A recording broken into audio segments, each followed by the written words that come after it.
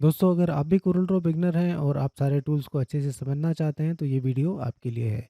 इस वीडियो में मैंने सारे टूल्स को वन बाय वन समझाया है विद एग्जांपल। सो वीडियो को आप पूरा देखिए, इसे स्किप बिल्कुल भी मत कीजिए क्योंकि बीच बीच पे मैंने कुछ टिप्स और ट्रिक्स भी शेयर करे हैं। अगर आप वीडियो को स्किप करेंगे तो आप उन्हें शायद मिस कर देंगे। सो हेलो दोस्तों, वेलकम टू माई चैनल। मेरा नाम विकास है। So without any delay let's get started. Corel Draw में जो सबसे फर्स्ट टूल है वो होता है पिक टूल। पिक टूल का यूज़ किया जाता है किसी भी शेप को सेलेक्ट करने के लिए, उसे स्केलिंग करने के लिए या फिर रोटेट करने के लिए। इस टूल का यूज़ सबसे ज़्यादा होता है। जब तक आप किसी भी शेप को पिक टूल से सिलेक्ट नहीं करेंगे, आप उसके अंदर चेंजेस नहीं कर सकते हैं। तो इसके लिए हम सबसे पहले यहाँ पर एक शेप क्रिएट करते हैं। हम लेंगे यहाँ पर रेक्टेंगल टूल। एक हमने इस तरह से रेक्टेंगल बनाया। अभी आप देखेंगे, अभी रेक्टेंगल टूल सिलेक्टेड है यहाँ पर। तो अब हमें कौन-सा टूल सेलेक्ट करना है आगे के लिए? पिक टूल सेलेक्ट करना है। जैसे हम पिक टूल से क्लिक करते हैं तो आप देखेंगे इस तरह की ये टाइनी स्क्वायर्स आपको दिखाई दे रहे हैं। इन हैंडल्स की मदद से आप इसको क्या कर सकते हैं? स्केल कर सकते हैं। जैसे आप माउस लेके आते हैं तो देखिए यहाँ पे कर्सर चेंज हो जाता है। तो आप इस तरह से उसकी स्केलिंग कर सकते हैं। उसको आप मूव कर सकते हैं, कहीं से भी आप मूव कर सकते हैं। फिर उसके बाद में अगर आप एक बार और इसके ऊपर क्लिक करेंगे, तो आप देखेंगे कि यहाँ पर ये रोटेटिंग हैंडल्स आ चुके हैं। तो इससे आप इसे रोटेट भी कर सकते हैं किसी भी एंगल पे। और यहाँ पर जो आपको सेंटर में जो एरो आ रहा है, आप यहाँ देखेंगे चारों साइड में, तो इसकी मदद से आप इसे इस तरह से स्क्यू भी कर सकते हैं। अब आपके पेज पर मान लीजिए कुछ यहाँ पर शेप्स है, इस तरह से हम यहाँ पर कुछ रेक्टेंगल्स बनाते हैं।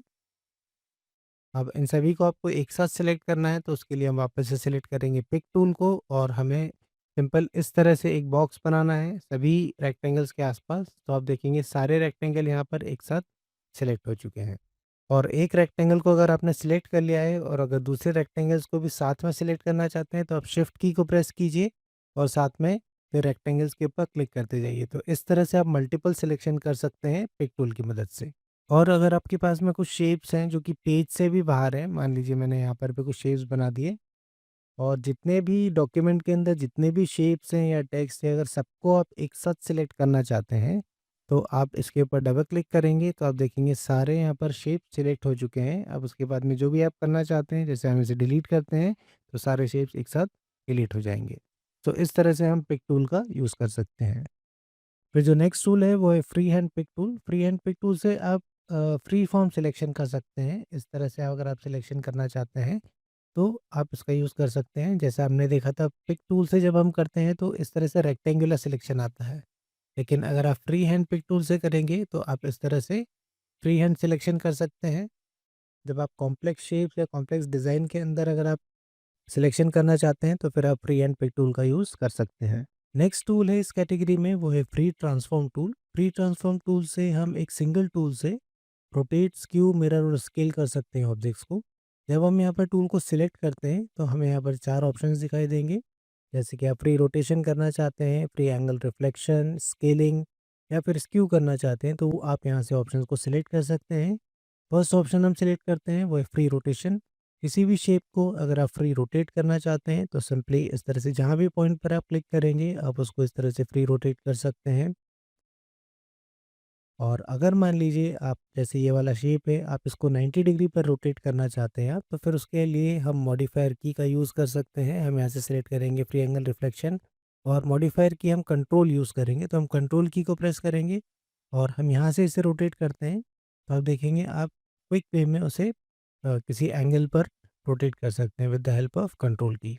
नेक्स्ट ऑप्शन है फ्री ट्रांसफॉर्म में फ्री एंगल रिफ्लेक्शन। हम यहाँ पर इसे सिलेक्ट करेंगे। अगर किसी भी शेप का आप मिरर बनाना चाहते हैं तो फिर हम इसे यूज़ कर सकते हैं। हमारे सामने जो शेप है हम सबसे पहले इसकी कॉपी क्रिएट करते हैं ताकि हमें समझने में और इजी रहे वो। सो हम इसे सिलेक्ट करते हैं, एडिट में जाएंगे कॉपी और एडिट में जाएंगे वापस पेस्ट करेंगे। कंट्रोल सी और कंट्रोल वी डायरेक्टली आप यूज़ कर सकते हैं। और हम इसका कलर चेंज करते हैं। जैसे हमने कॉपी बनाया तो आप देखेंगे इसी के ऊपर उसका कॉपी क्रिएट हुआ है। तो इसका हम कलर चेंज कर देते हैं, इसे हम ब्लैक कर देते हैं। फिर उसके बाद में हम लोग सेलेक्ट करेंगे फ्री ट्रांसफॉर्म टूल और यहाँ पर सेलेक्ट करेंगे फ्री एंगल रिफ्लेक्शन और सिंपल इस तरह से हम मूव करेंगे तो इस शेप का जो है वो मिरर बन जाएगा। हमने कॉपी से इसलिए करा है क्योंकि हमें इसे समझने में ईज़ी हो जाए। आप इसे टेक्स्ट के ऊपर भी यूज़ कर सकते हैं। तो इस तरह से हम लोग फ्री एंगल रिफ्लेक्शन का यूज़ करके कुछ अच्छे इफेक्ट्स दे सकते हैं। अगर आप लोगो में यूज़ करना चाहते हैं या टेक्स्ट के अंदर यूज़ करना चाहते हैं तो आप उसे ईज़िली यूज़ कर सकते हैं। नेक्स्ट ऑप्शन जो हमें फ्री ट्रांसफॉर्म में मिलता है वो होता है फ्री स्केलिंग का। फ्री स्केलिंग से आप किसी भी ऑब्जेक्ट को फ्रीली स्केल कर सकते हैं। जैसे कि हम इसे इस तरह से मूव करते हैं तो आप देखेंगे हॉरिजॉन्टल या वर्टिकल डायरेक्शन में आप इसे स्केल करना चाहते हैं तो आप फास्ट वे में इसे स्केलिंग कर सकते हैं। जिस भी पॉइंट से आप क्लिक करेंगे वो उसी डायरेक्शन में आप देखेंगे वो स्केल होगा फ्रीली। तो इस तरह से हम लोग फ्री स्केलिंग टूल का यूज़ कर सकते हैं। नेक्स्ट ऑप्शन जो हमें फ्री ट्रांसफॉर्म में मिलता है वो है फ्री स्क्यू। अगर आप किसी ऑब्जेक्ट या शेप या फिर टेक्स्ट को स्क्यू करना चाहते हैं तो फिर आप इसको यूज़ कर सकते हैं। तो आप इसे सिलेक्ट करेंगे और सिंपली इस तरह से जितना भी स्क्यू आप करना चाहते हैं सिंपली इस तरह से मूव कीजिए और आप उसके अंदर स्क्यू इफेक्ट दे सकते हैं। और काफ़ी अच्छे आप इसके अंदर इफेक्ट्स बना सकते हैं टेक्स्ट के अंदर, शेप के अंदर। सो इस तरह से हम लोग फ्री स्क्यू का यूज़ कर सकते हैं। फिर जो नेक्स्ट कैटेगरी ऑफ टूल्स है वो है शेप एडिट टूल्स। इन सब टूल्स का यूज़ किया जाता है शेप्स को एडिट करने के लिए, जिसमें सबसे फर्स्ट टूल आता है वो है शेप टूल। शॉर्टकट की होता है उसका F10। हम यहाँ पर कुछ शेप बना लेते हैं और एक हम यहाँ पर पॉलीगॉन बना लेते हैं। अब सबसे पहले हम लोग इस पर डायरेक्टली यूज़ करके देखते हैं। देखिए हमने पिक टूल से सिलेक्ट करा तो हमें कुछ इस तरह से दिखाई देता है। ठीक है, लेकिन जैसे ही हम यहाँ पर शेप टूल से सिलेक्ट करेंगे तो आपको फिर कुछ नोड्स इस तरह से दिखाई देंगे। और अगर हम यहाँ से इसे मूव करते हैं किसी भी नोड से तो आप देखेंगे हम इसे कॉर्नर्स यहाँ पर राउंड कर सकते हैं। और अगर हम यहाँ पर सर्कल के ऊपर यूज़ करते हैं और इस पॉइंट से हम इसे मूव करते हैं तो आप इसे पाई शेप के अंदर कन्वर्ट कर सकते हैं या फिर कुछ आर्क क्रिएट कर सकते हैं। और अगर हम पॉलीगॉन के ऊपर यूज़ करते हैं इसे तो हम इसे स्टार शेप के अंदर कन्वर्ट कर सकते हैं इस तरह से। अब आपको शेप्स को और आगे एडिट करना है, जैसे कि मान लीजिए आपको कर्व्स देना है या कुछ और कॉम्प्लेक्स शेप्स क्रिएट करना है, तो फिर उसके लिए हम लोग यहाँ पर वापस से हम एक शेप क्रिएट करते हैं रेक्टेंगल। इसके ऊपर हम अब एग्जांपल देखते हैं। तो हम यहाँ पर सिलेक्ट करेंगे सबसे पहले। अब हमें इस शेप को कन्वर्ट टू कर्व्स करना पड़ेगा। तो आप ऑब्जेक्ट मेन्यू में जाएंगे तो आपको यहाँ पर मिलेगा कन्वर्ट टू कर्व्स। शॉर्टकट की होता है उसका कंट्रोल+Q। और अगर आप जब इसे सिलेक्ट करते हैं तो आप यहाँ पर भी देख सकते हैं प्रॉपर्टी बार के ऊपर भी आपको यहाँ पर बटन मिलेगा कन्वर्ट टू कर्व्स का। हम इसके ऊपर क्लिक करते हैं। अब आप देखेंगे कि जैसे हमने इसको कन्वर्ट टू कर्व्स किया तो इसके जो नोड्स हैं अब ये वाइट कलर के हो गए। अब आप किसी भी नोड से मूव करेंगे तो आप देखेंगे कि ये फ्रीली मूव हो रहे हैं और आप सिंपली शेप को एडिट कर सकते हैं अपने अकॉर्डिंगली। जो भी शेप आप बनाना चाहें वो इजीली आप शेप क्रिएट कर सकते हैं। तो इस तरह से हम लोग शेप टूल से एडिट कर सकते हैं। जब हम शेप टूल को सिलेक्ट करते हैं तो आप यहाँ देखेंगे आपको प्रॉपर्टी बार में काफ़ी सारे ऑप्शन दिखाई दे रहे हैं। तो जब भी आप इस तरह से सिलेक्ट करेंगे नोड को, ठीक है, जैसे हम यहाँ पर रेक्टेंगुलर सिलेक्शन कर रहे हैं तो आप यहाँ देखेंगे आपको यहाँ पर ये रेक्टेंगुलर यहाँ पर सिलेक्शन मोड है। अगर हम फ्री हैंड करेंगे तो आप देखेंगे कि ये फ्री हैंड सिलेक्शन हो जाएगा। इस तरह से नोड्स को आप सिलेक्ट कर सकते हैं। तो हम अभी यहाँ पर रेक्टेंगुलर सिलेक्शन ही रखेंगे। अब हम इसे सिलेक्ट करते हैं और ऊपर हम देखते हैं यहाँ पे जो सबसे फर्स्ट हमें दिखाई दे रहा है ऐड नोड्स। ये आपके नोड्स होते हैं। आप और नोड्स ऐड करना चाहते हैं तो जैसे आपने ये वाले नोड को सिलेक्ट किया और आप यहाँ पर ऐड नोड्स के ऊपर क्लिक करेंगे तो आप देखेंगे यहाँ पर ये नोड्स ऐड होते जा रहे हैं। अगर आप पूरे को सिलेक्ट करते हैं और आप ऐड नोड्स पे करेंगे तो सभी डायरेक्शंस में नोड्स ऐड होने लग जाएंगे। ठीक है, हम इसे वापस से कंट्रोल Z करते हैं। फिर उसके पास में आपको यहाँ पर दिख रहा है डिलीट नोड्स। अगर आप किसी नोड को डिलीट करना चाहते हैं, जैसे हमें ये वाला नोड नहीं चाहिए, तो हम इसे सिलेक्ट करते हैं और यहाँ से हम डिलीट कर सकते हैं। और डायरेक्टली अगर आप उससे करना चाहें कीबोर्ड से तो आप सिंपली नोड को सिलेक्ट कीजिए और डिलीट कर दीजिए कीबोर्ड से। और अगर आपको नोड भी ऐड करना है तो डायरेक्टली अगर आप करना चाहते हैं तो मान लीजिए हम यहाँ पर ऐड करना चाहते हैं तो हम यहाँ पे डबल क्लिक करेंगे तो यहाँ पर नोड ऐड हो जाएगा। तो इस तरह से आप नोड्स को ऐड कर सकते हैं। सो अभी हम इसे अंडू करते हैं। सो इस तरह से हम नोट्स को ऐड कर सकते हैं। फिर उसके बाद में देखिए यहाँ पर आपको ये वाले जो ऑप्शन है ये डिम दिख रहे हैं अभी। ठीक है, जैसे ही आप कोई सा नोट सिलेक्ट करेंगे, जैसे हमने नोट सिलेक्ट किया तो आप देखेंगे कि ये अब ऑन हो गया है। अब उसके बाद में आपको यहाँ पर ये वाला ऑप्शन दिख रहा है वो है ब्रेक कर्व। ठीक है, यहाँ से अगर आप इसे ब्रेक करना चाहते हैं तो आप सिंपली इसके ऊपर क्लिक करेंगे। तो अब आप देखेंगे इसको जब आप मूव करेंगे तो ये वाला जो आपका कर्व है यहाँ से शेप है वो ब्रेक हो चुका है। और फिर उसके पास में वापस से अगर हम दोनों को सिलेक्ट करते हैं तो आप अब ये वाला एक्टिवेट हो जाएगा। ये वाला है जॉइन टू नोड्स। अगर आप नोड्स को जॉइन करना चाहते हैं तो इसके ऊपर क्लिक करेंगे तो वापस से ये जॉइन हो जाएंगे। फिर उसके बाद में आपको यहाँ पर एक ऑप्शन मिलेगा कन्वर्ट टू कर्व। राइट, तो अभी ये लाइन के फॉर्म में है इसलिए आप देखेंगे लाइन वाला जो यहाँ पर आइकन है वो डिम है। और ये वाला एक्टिवेट है क्योंकि लाइन पहले से लाइन में है, हम उसे कर्व में कन्वर्ट करेंगे। तो हम यहाँ पर क्लिक करेंगे और हम इसके ऊपर क्लिक कर देंगे कन्वर्ट टू कर्व। इसके ऊपर हम जैसे ही क्लिक करेंगे तो आप यहाँ पर देखेंगे आपको ये 2 एरोज़ दिखाई दे रहे हैं। तो आप अगर इनसे ऐसे मूव करेंगे तो आप अब उसके अंदर कर्व भी दे सकते हैं और आप जैसे भी शेप्स बनाना चाहें वो शेप्स अब आप बना सकते हैं। तो जिस भी डायरेक्शन में आपको देना है सिंपली वहाँ पे सिलेक्ट कीजिए और उसके बाद में यहाँ पर कन्वर्ट टू कर्व के ऊपर क्लिक कर दीजिए। तो आपके सामने ये इस तरह के एरोज़ आ जाएँगे। इन एरोज़ को मूव करके आप जैसा भी शेप बनाना चाहें, इस शेप को आप मूव कर सकते हैं। और अगर आप बीच में भी अगर आप ऐड करते हैं कोई से पॉइंट को, जैसे मैंने यहाँ पर एक पॉइंट ऐड करना है, एक नोड ऐड करना है, तो हम यहाँ पर डबल क्लिक करेंगे तो एक नोड ऐड हो जाएगा और आप देखेंगे यहाँ पर भी एक इस तरह का एरो मिलेगा, जिससे आप इसे मूव करके और शेप्स को बना सकते हैं। अब कन्वर्ट टू कर्व करने के बाद में आपको यहाँ पर 3 ऑप्शंस और दिख रहे हैं, जैसे कि कस्प नोड है, फिर उसके बाद में स्मूथ नोड और लास्ट वाला है सिमेट्रिकल नोड। तो इन तीनों को हम इस एग्जांपल के थ्रू समझेंगे। हमने कुछ इस तरह की लाइंस ली हैं। अब इनको यूज़ करने के लिए सबसे पहले आपको कन्वर्ट टू कर्व्स ही करना पड़ेगा। तो हमने यहाँ पर तीनों नोड्स को सिलेक्ट कर लिया इस तरह से और हम यहाँ पर कन्वर्ट टू कर्व के ऊपर क्लिक करेंगे। अब देखिए जैसे हमने यहाँ पर करा तो उसके बाद में ये दोनों एक्टिवेट हो गए हैं, राइट? तो जब आप ये अप्लाई करेंगे तो फिर ये वाला भी एक्टिवेट हो जाएगा। तो हम सबसे फर्स्ट से इससे स्टार्ट करते हैं, वो है स्मूथ नोड।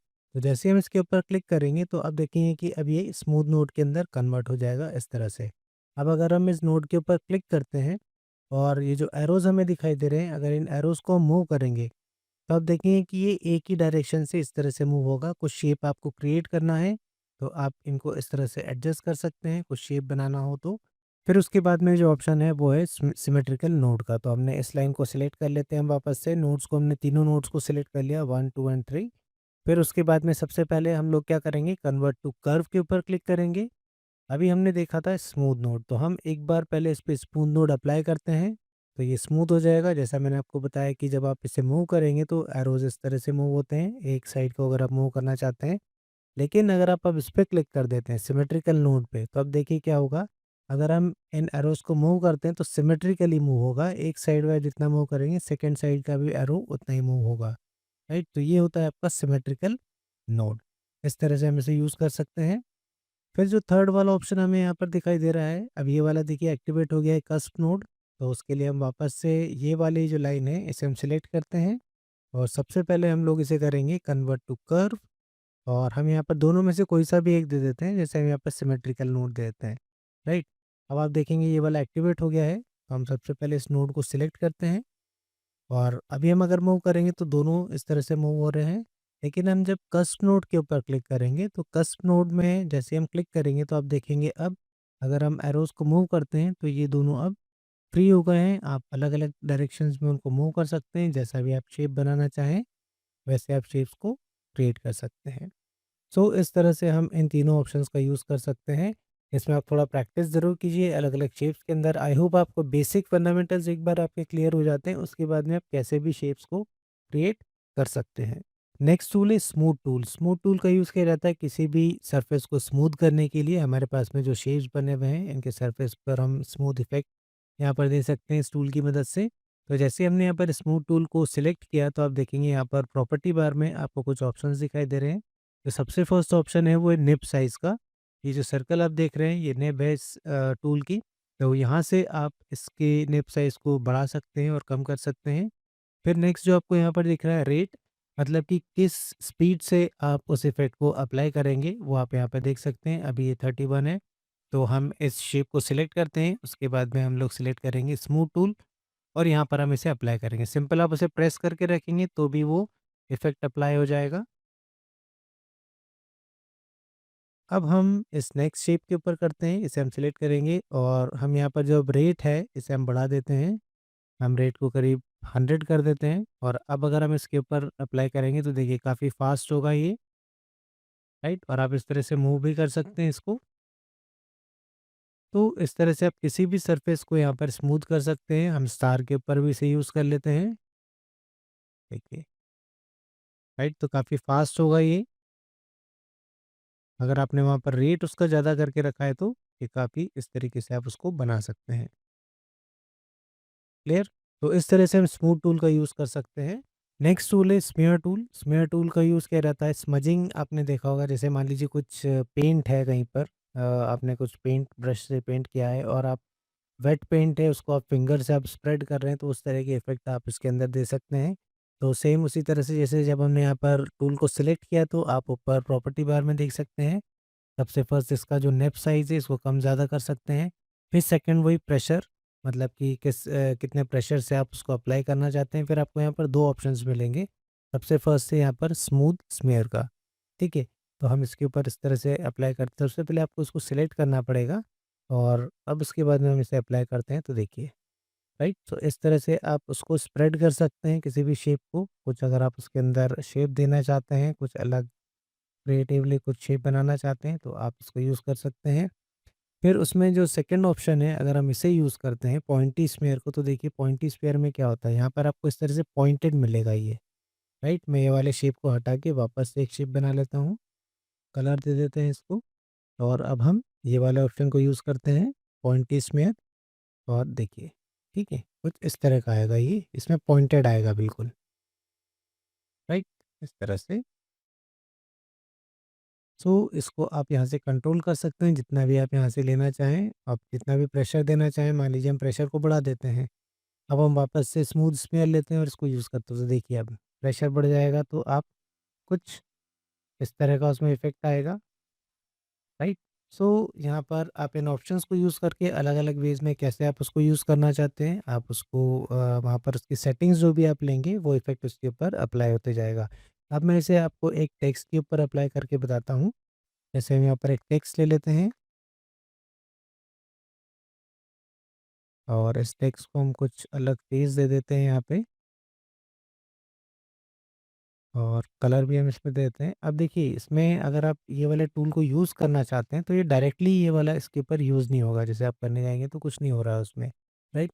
तो इसके लिए आपको क्या करना पड़ेगा, अगर टेक्स्ट के ऊपर करना है तो सबसे पहले ऑब्जेक्ट में जाएँगे, जैसा हमने पहले देखा था कन्वर्ट टू कर्व्स, ठीक है? तो हम यहाँ पर कंट्रोल प्लस क्यू करेंगे, तो अब आप देखेंगे ये कन्वर्ट टू कर्व्स हो गया है।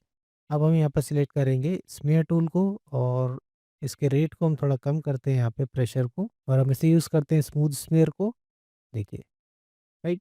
तो आप कुछ क्रिएटिवली कुछ फ़ॉन्ट को बनाना चाहते हैं तो आप इसको यूज़ कर सकते हैं, इस तरह से। सब कुछ आपकी क्रिएटिविटी के ऊपर डिपेंड करता है। किसी टूल को, ये तो आपको सिंपल टूल्स हैं, राइट? टूल्स को सीखना इतना मुश्किल काम नहीं है।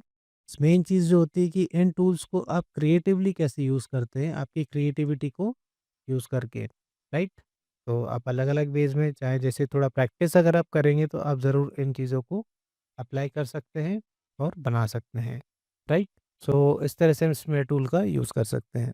सो नेक्स्ट टूल है यहाँ पर वर्ल्ड टूल। वर्ल्ड टूल का यूज़ करके आप कुछ वर्ल्ड इफ़ेक्ट दे सकते हैं। जैसे कि ये एक लाइन है, इस लाइन के ऊपर अगर मैं यहाँ पे लाके इसे इस तरह से प्रेस करूँगा, तो आप देखेंगे कुछ इस तरह का इफ़ेक्ट आ रहा है। हम दोनों कॉर्नर्स पे कर सकते हैं, इस तरह से। तो कुछ आप इस तरह से बॉर्डर्स वगैरह क्रिएट कर सकते हैं।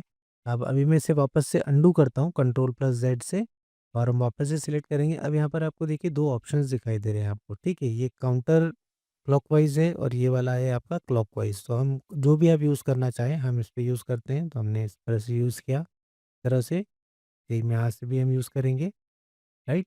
तो इस तरह से आप अलग-अलग वेज़ में यूज़ कर सकते हैं। आप चाहें तो इस एंड पर आप ये वाला ऑप्शन दे दीजिए। तो आप देखिए अब आपको सेम वैसे ही इफ़ेक्ट देखने को मिलेगा, राइट?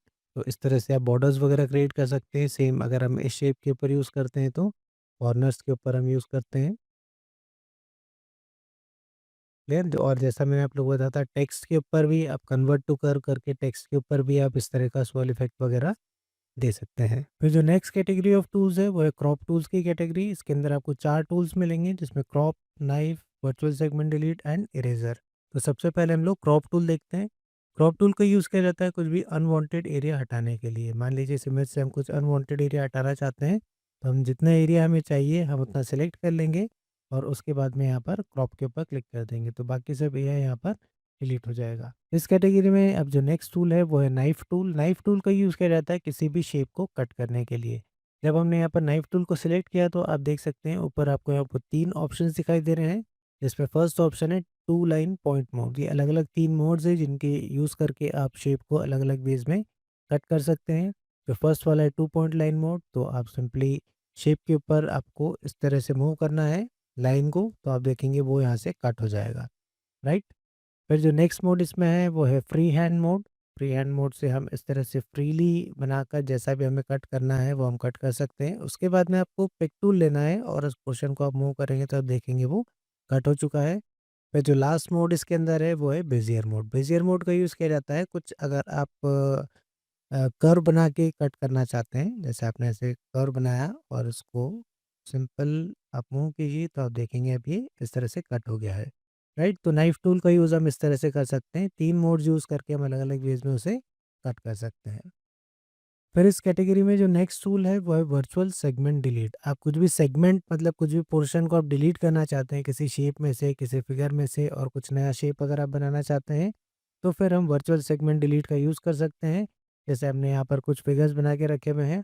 अब ये वाला जो यहाँ पर अंदर की साइड में जो कर्व आ रहा है, हमें ये वाला पोर्शन नहीं चाहिए, तो हम वर्चुअल सेगमेंट डिलीट से सिंपल से इस तरह से मूव करेंगे तो वाला पोर्शन वहाँ पर डिलीट हो जाएगा। सेम उसी तरह से यहाँ पर जैसे हमें ये वाला पोर्शन नहीं चाहिए तो हम इसके ऊपर इस तरह से मूव करेंगे और सेम यहाँ पर भी हम इस तरह से डिलीट करेंगे तो आप देखेंगे कुछ इस तरह का शेप वो क्रिएट हो जाएगा। तो इस तरह से हम लोग वर्चुअल सेगमेंट डिलीट का यूज़ कर सकते हैं। इस कैटेगरी में फिर जो सबसे लास्ट टूल है वो है इरेजर टूल। इरेजर टूल का यूज़ किया जाता है कुछ भी पोर्शन आपको इरेज करना हो अगर तो हम इसका यूज़ करेंगे। यहाँ पर आप देख सकते हैं आपको 2 टाइप्स के इरेजर मिल जाएंगे, राउंड निब वाला और साथ में स्क्वायर निब का, राइट। फिर उसके बाद में यहाँ पर आप जो इरेजर की थिकनेस है उसे कम ज़्यादा कर सकते हैं, तो हम इसके ऊपर यूज़ करके देखते हैं। ठीक है, इस तरह से आप पोर्शन को इरेज कर सकते हैं। तो इस तरह से हम इरेजर टूल का यूज़ कर सकते हैं। फिर जो नेक्स्ट कैटेगरी ऑफ टूल्स है वो है ज़ूम टूल्स की कैटेगरी। इसके अंदर आपको 2 टूल मिलेंगे, zoom tool and pan tool. इसमें आप शॉर्टकट्स भी देख सकते हैं। ज़ूम टूल का जो शॉर्टकट है वो होता है ज़ेड और पैन का जो होता है वो एच, राइट। तो ज़ूम टूल का यूज़ करते हैं हम सबसे पहले। इसका यूज़ किया जाता है ज़ूम करने के लिए। सो जैसे मान लीजिए इस पोर्शन को आप ज़ूम करना चाहते हैं तो सिंपल आप इस तरह से बॉक्स बनाइए तो आप देखेंगे इतना इतना पोर्शन ज़ूम हो रहा है, राइट। फिर उसके बाद में अगर आपको ज़ूम आउट करना है तो आप राइट क्लिक करेंगे माउस से तो वो ज़ूम आउट होगा। और अगर आप यहाँ पर प्रॉपर्टी बार में देखेंगे तो यहाँ से भी आप काफ़ी आपको ऑप्शंस मिल जाएंगे। जैसे अगर आप टू पेज करना चाहते हैं तो विड्थ, तो हाइट, ये पेज की हाइट के अकॉर्डिंगली यहाँ पर हो रहा है। और सेम उसी तरह से अगर आप यहाँ से ज़ूम टूल से भी करना चाहते हैं तो पेज के ऊपर अगर आप इस तरह से बॉक्स बनाएंगे तो आप देखेंगे यहाँ पर पूरा पेज ऐसा ज़ूम हो जाएगा। ठीक है, फिर उसके बाद में कितना परसेंटेज आपको चाहिए वो परसेंटेज आप यहाँ से सिलेक्ट कर सकते हैं। जैसे 75% ज़ूम करना है या 800% ज़ूम करना है, ठीक है, 50% ज़ूम करना है तो वो आप यहाँ से इजीली कर सकते हैं। फिर उसके बाद में आपको प्रॉपर्टी बार में यहाँ पर बटन्स भी दिख रहे हैं, इन बटन से भी आप कर सकते हैं, राइट। और अगर आप देखेंगे इसके ऊपर जब आप माउस ओवर कर रहे हैं तो आपको यहाँ पर शॉर्टकट्स भी दिखाई दे रहे हैं, control plus and control minus. अगर आप कीबोर्ड से कंट्रोल प्लस और कंट्रोल माइनस करेंगे तो भी आप ज़ूम इन और ज़ूम आउट कर सकते हैं। हम यहाँ से करके देखते हैं। कंट्रोल प्लस करेंगे तो ज़ूम इन हो रहा है, कंट्रोल माइनस से ज़ूम आउट हो रहा है, राइट। तो इस तरह से हम ज़ूम टूल का यूज़ कर सकते हैं। फिर इस कैटेगरी में जो नेक्स्ट टूल है वो है पेन टूल, जिसका शॉर्टकट की है एच। इसका यूज़ किया जाता है पेज को मूव करने के लिए। आप अगर इसको हॉरिजॉन्टली वर्टिकली जैसा भी आप पेज को मूव करना चाहें आप इससे मूव कर सकते हैं। फिर जो नेक्स्ट कैटेगरी ऑफ टूल्स है वो है कर्व टूल्स की कैटेगरी, जिसके अंदर आपको ये सारे टूल्स मिलेंगे, जिसमें सबसे फर्स्ट टूल आपको मिलेगा फ्री हैंड टूल, जिसका शॉर्टकट की है F5। अब इसका यूज़ हम कर सकते हैं इस तरह से ओपन पाथ्स क्रिएट करने के लिए। आपको ऐसे कर्व बनाना है या फिर आप कोई सा क्लोज पाथ बनाना चाहते हैं तो आप इस तरह से मूव कर सकते हैं। तो आपका स्टार्टिंग और एंडिंग पॉइंट को जब आप मिलाएंगे तो यहाँ पर आप एक एरो आएगा तो अब ये क्लोज पाथ के अंदर कन्वर्ट हो जाएगा। अब आप इसके अंदर कलर भी फिल कर सकते हैं। ओपन पाथ के अंदर सिर्फ आप आउटलाइन का कलर चेंज कर सकते हैं, तो आप राइट क्लिक करेंगे तो इसका कलर चेंज हो जाएगा। सेम उसी तरह से अगर हम फ्री हैंड टूल से स्ट्रेट लाइन बनाना चाहते हैं तो हम एक बार क्लिक करेंगे और शिफ्ट की को प्रेस करेंगे तो आप देखेंगे अब आप बिल्कुल एक स्ट्रेट लाइन यहाँ पर क्रिएट कर सकते हैं। इस कैटेगरी में फिर जो नेक्स्ट टूल है वो है टू पॉइंट लाइन टूल। इसकी मदद से आप स्ट्रेट लाइंस बना सकते हैं, लाइन सेगमेंट्स बना सकते हैं या फिर क्लोज शेप्स बना सकते हैं, राइट। तो इस तरह से हमने लाइन क्रिएट करी। अब इसी लाइन से मान लीजिए इस पॉइंट से आपको वापस से कंटिन्यू करना है तो अगर आप इसके ऊपर माउस लेके जाएंगे तो आपको एक एरो दिखाई देगा, दैट मीन्स अब वो यहाँ से ऐड हो जाएगा। सेम उसी तरह से यहाँ से ऐड करना है तो हम इस तरह से मूव करेंगे और लास्ट पॉइंट पर भी जब एरो आएगा हम इसे छोड़ देंगे तो ये एक इस तरह से क्लोज पाथ के अंदर कन्वर्ट हो जाएगा। फिर इसी में आपको एक और ऑप्शन यहाँ पर दिखाई दे रहा है वो है परपेंडिकुलर टू पॉइंट लाइन, ठीक है। तो आपको सिंपल इस तरह से लाइन बनानी है और जब आप यहीं से मूव करेंगे तो आप देखेंगे कि इसी लाइन के ऊपर आप एक परपेंडिकुलर लाइन यहाँ पर बना सकते हैं ईज़िली। सेम हम एक और बनाना चाहते हैं, तो इस तरह से सिंपल यहाँ से मूव करते जाइए, इस पॉइंट से बनाना है तो यहाँ से मूव कीजिए, ठीक है? परपेंडिकुलर लाइन मतलब कि 90 डिग्री के एंगल पर जो लाइन बनेगी, सो इस तरह से हम इस मोड का यूज़ कर सकते हैं। फिर इसमें जो लास्ट वाला मोड है वो है tangential two point line, right? तो मान लीजिए आपने यहाँ पर कोई सा एक सर्कल बना हुआ है और उसके बाद में हम इसे सिलेक्ट करेंगे और हम ये वाले मोड को सिलेक्ट करते हैं। अब देखिए अगर टेंजेंट लाइन अगर आप बनाना चाहते हैं तो देखिए इस तरह से लाइन बनेगी। अगर आपने मैथ्स पढ़ा होगा तो आपको पता होगा ये टेंजेंट लाइन किसे बोला जाता है, राइट? सो इस तरह से हम लोग लाइन्स को क्रिएट कर सकते हैं, कुछ शेप्स भी बना सकते हैं हम इससे ईज़ी वे में, राइट? सो इस तरह से हम तीनों मोड्स का यूज़ करके टू पॉइंट लाइन का यूज़ कर सकते हैं। फिर इस कैटेगरी में जो नेक्स्ट टूल है वो है बेजियर टूल। बेजियर टूल का यूज़ आप कर सकते हैं, स्ट्रेट लाइन्स भी आप इससे बना सकते हैं और अगर मान लीजिए आप इसमें कर्व बनाना चाहते हैं तो आप इस तरह से कर्व भी क्रिएट कर सकते हैं, राइट? तो आप स्ट्रेट लाइन और कर्व्स दोनों क्रिएट कर सकते हैं with the help of Bezier tool. तो और आप अगर ओपन पाथ बनाना चाहते हैं तो वो भी आप इस तरह से बना सकते हैं। इस टूल के अंदर थोड़ी सी आपको प्रैक्टिस करनी पड़ती है। फिर इसी कैटेगरी में जो नेक्स्ट टूल आएगा वो होगा पेन टूल। अब बेजियर टूल और पेन टूल आपको एक जैसा दिखाई देगा, लेकिन पेन टूल में थोड़ा सा एक डिफरेंस आपको दिखाई देगा। जैसे कि जब हम यहाँ पर बनाते हैं, ठीक है, हमने कर्व क्रिएट किया, अब आप देखेंगे ये जो ब्लू लाइन आपको दिख रही है, ब्लू कर्व लाइन दिख रही है, ये आपको प्रीव्यू दिखेगा, मतलब आप किस साइड पे बनाना चाहते हैं, राइट? आपको बेजियर टूल में ये वाला प्रीव्यू नहीं दिखता है। अब उसके बाद में आप यहाँ पर स्ट्रेट जैसा भी आप बनाना चाहें, शेप्स वगैरह ईज़ी वे में इस तरह से क्रिएट कर सकते हैं। राइट, अब इसके बाद में मान लीजिए इस शेप को आप और एडिट करना चाहते हैं, आपने एक शेप बनाया, अब आप इसको और एडिट करना चाहते हैं तो फिर आप उसके लिए यूज़ कर सकते हैं शेप टूल को, जैसा हमने पहले देखा था, ठीक है? क्योंकि हमने ये नोड्स मिलकर ही बनाया है यहाँ पर जो भी शेप बनाया है। अब उसके बाद में मान लीजिए आपको कोई सा पॉइंट नहीं चाहिए तो हम इसको डिलीट कर देते हैं। फिर उसके बाद अगर आप इसको जैसा भी आप यहाँ से ये जो मैंने मोड्स आपको बताए थे यहाँ पर कि इनको आप कैसे यूज़ करते हैं, राइट? तो उसके बाद में आप फिर और शेप को एडिट कर सकते हैं ईज़ी वे में। राइट, सो इस तरह से हम लोग पेन टूल का यूज़ कर सकते हैं। इस कैटेगरी में जब नेक्स्ट टूल आता है वो होता है B spline tool. B spline tool का यूज़ भी आप कर सकते हैं कर्व्स क्रिएट करने के लिए, जैसे फ्री हैंड में हम करते हैं, लेकिन इसके अंदर आपको और ज़्यादा कंट्रोल्स मिल जाते हैं। जैसे आप देखेंगे हम जो है क्लिक करते जा रहे हैं तो इस तरह से नोड्स बनते जाएंगे।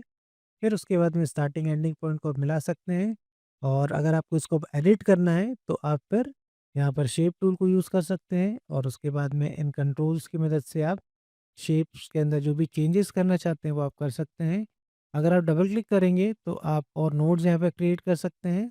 किसी नोड को आपको डिलीट करना है तो सिंपल आप इस तरह से सिलेक्ट करेंगे और नोड्स को आप डिलीट कर सकते हैं।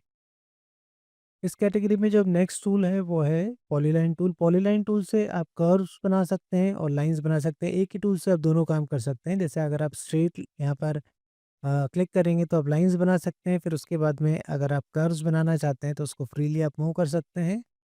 तो इस तरह से आप स्ट्रेट लाइंस और कर्व्स दोनों क्रिएट कर सकते हैं। इसके बाद में अगर आप इसे कुछ एडिट करना चाहते हैं तो सेम वैसे ही आप फिर शेप टूल की मदद से इसे एडिट कर सकते हैं और उसके बाद में जो भी आप इसके अंदर चेंजेस करना चाहते हैं वो आप इजीली कर सकते हैं। तो इस तरह से हम पॉलीलाइन टूल को यूज़ कर सकते हैं, जिसमें आप फ्री कर्व्स भी बना सकते हैं और स्ट्रेट लाइंस भी बना सकते हैं। सो इस कैटेगरी में जो सबसे लास्ट टूल है वो है three point curve tool. Three point curve tool से हम सिंपल इस तरह से एक स्ट्रेट लाइन बनाएंगे, फिर उसके बाद में उसी की लाइन के ऊपर हम एक कर्व दे सकते हैं। इस तरह से हम एक लीफ का शेप बनाते हैं, फिर उसके बाद में वापस हम यहाँ पर लेके जाएंगे और वापस से आप देखिए इससे इस तरह से हम कर्व दे सकते हैं।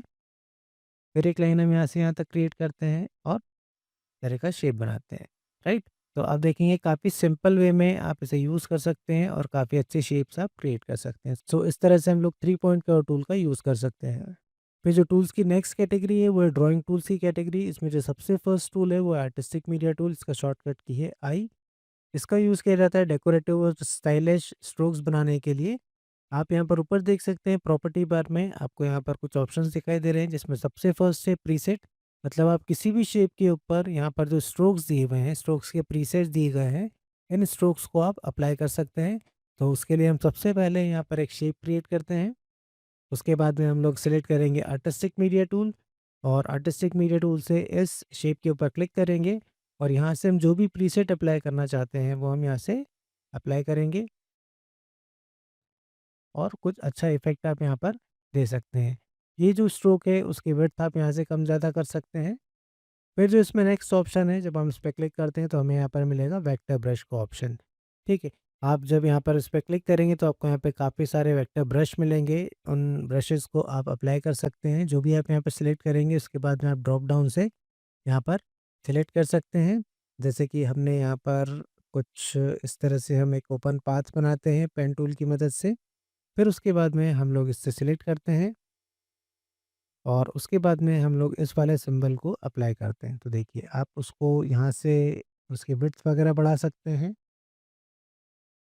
क्लियर? सो इस तरह से हम लोग स्ट्रोक्स को अप्लाई कर सकते हैं अलग-अलग वेज़ में। फिर जो इसमें नेक्स्ट ऑप्शन आपको मिलेगा वो मिलेगा स्प्रेयर का। स्प्रेयर के लिए आप सबसे पहले हम यहाँ पर एक कर्व बना लेते हैं और सबसे पहले हम इसे डिलीट करते हैं और यहाँ पर एक कुछ कर्व बनाते हैं इस तरह से। अब उसके बाद में हम लेंगे आर्टिस्टिक मीडिया टूल, इससे हम सिलेक्ट कर लेंगे और यहाँ से हम लोग ब्रश स्ट्रोक्स यहाँ पे सिलेक्ट कर सकते हैं, अलग-अलग टाइप के ब्रश स्ट्रोक्स हैं, जिनको आप डायरेक्टली इसके ऊपर अप्लाई कर सकते हैं। तो काफ़ी अच्छे आप इफ़ेक्ट्स दे सकते हैं इसमें। अब यहाँ से आप सेलेक्ट कर सकते हैं ब्रश स्ट्रोक्स हैं, जैसे कि अलग-अलग आपको यहाँ पर मिल जाएँगे। जैसे फूड से रिलेटेड है कुछ, तो फूड आइटम्स आपको यहाँ पर मिल जाएँगे, राइट? तो आप आपके जो डिज़ाइन में है, आप इनको यूज़ कर सकते हैं। काफ़ी सारे ब्रश आपको इसके अंदर मिलेंगे, तो इन सभी को आपको यूज़ करके देखना है। सिंपल जैसा मैंने आपको बताया है, सेलेक्ट करना है और उसके बाद में यहाँ से जो भी आप अप्लाई करना चाहते हैं, वो आप सिंपली यहाँ से अप्लाई कर सकते हैं, इस तरह से। फिर जो इसमें आपको नेक्स्ट ऑप्शन मिलेगा, वो मिलेगा कैलीग्राफी का, ठीक है? कैलीग्राफी मतलब आप आर्टिस्टिक क्रिएटिव फ़ॉन्ट वगैरह बनाते हैं, वर्ड्स वगैरह लिखते हैं, उसको कैलीग्राफी बोलते हैं। अलग-अलग वेज़ में, स्टाइल्स में जब आप लिखते हैं, उसको कैलीग्राफी बोला जाता है। तो आपके सामने ये वाला ब्रश आ जाएगा। अब यहाँ से हम पहले तो ब्रश के स्ट्रोक को थोड़ा कम करते हैं। हम इसे 10 कर लेते हैं और उसके बाद में हम लोग यहाँ पर कुछ इस तरह से इसे यूज़ कर सकते हैं, राइट? सो आपका फ्री हैंड अगर अच्छा है तो आप इसमें काफ़ी अच्छे से इसमें यूज़ कर सकते हैं। ठीक है, जब आप पेन टैबलेट वगैरह यूज़ करते हैं तो उसमें आप इन ब्रशेज़ को बहुत अच्छे से यूज़ कर सकते हैं। सो इस तरह से हम कैलीग्राफी को यूज़ कर सकते हैं। सो इस तरह से हम लोग आर्टिस्टिक मीडिया टूल को यूज़ कर सकते हैं और काफ़ी अच्छे इफ़ेक्ट्स हम दे सकते हैं, चाहे फिर वो कर्व्स हो या फिर क्लोज़ पाथ्स हो या फिर आप अगर टेक्स्ट के ऊपर भी देना चाहते हैं तो उसके ऊपर भी आप दे सकते हैं। तो उसका भी हम एक एग्ज़ाम्पल देख लेते हैं। तो हम यहाँ पर टेक्स्ट टूल सेलेक्ट करते हैं और हम यहाँ पर कुछ टाइप कर लेते हैं। अभी हम टेक्स्ट टूल भी समझेंगे आगे कैसे वर्क करता है। यहाँ से हम कोई सा फ़ॉन्ट ले लेते हैं दूसरा, हमने वाला फ़ॉन्ट ले लिया। अब इसके ऊपर अगर हम आर्टिस्टिक टूल को यूज़ करना चाहते हैं, तो हम यहाँ से आर्टिस्टिक मीडिया टूल को सिलेक्ट करेंगे और यहाँ से हम प्रीसेट ले सकते हैं, जैसे हमने ऐसे सिलेक्ट किया, राइट? अब यहाँ पर आप देखेंगे कि डायरेक्टली इसके ऊपर यूज़ नहीं होगा, तो इसके लिए हमें क्या करना पड़ेगा, सबसे पहले इसे सिलेक्ट करना है, ऑब्जेक्ट में जाना है और यहाँ पर हम लोग यूज़ करेंगे convert to curves. Control plus Q shortcut होता है। अभी एक ऑब्जेक्ट के अंदर कन्वर्ट हो गया एक्चुअली। अब देखेंगे आप यहाँ पर टेक्स्ट प्रॉपर्टीज़ आपको नहीं दिख रही है, ठीक है? अभी एक ऑब्जेक्ट के अंदर कन्वर्ट हो गया है। अब उसके बाद में हम लोग आर्टिस्टिक मीडिया टूल को सिलेक्ट कर सकते हैं और यहाँ से अगर कोई सा ब्रश हम स्ट्रोक अप्लाई करना चाहते हैं, तो उसे इस तरह से हम अप्लाई कर सकते हैं। देखिए, आप इसमें काफ़ी अच्छे इफ़ेक्ट दे सकते हैं।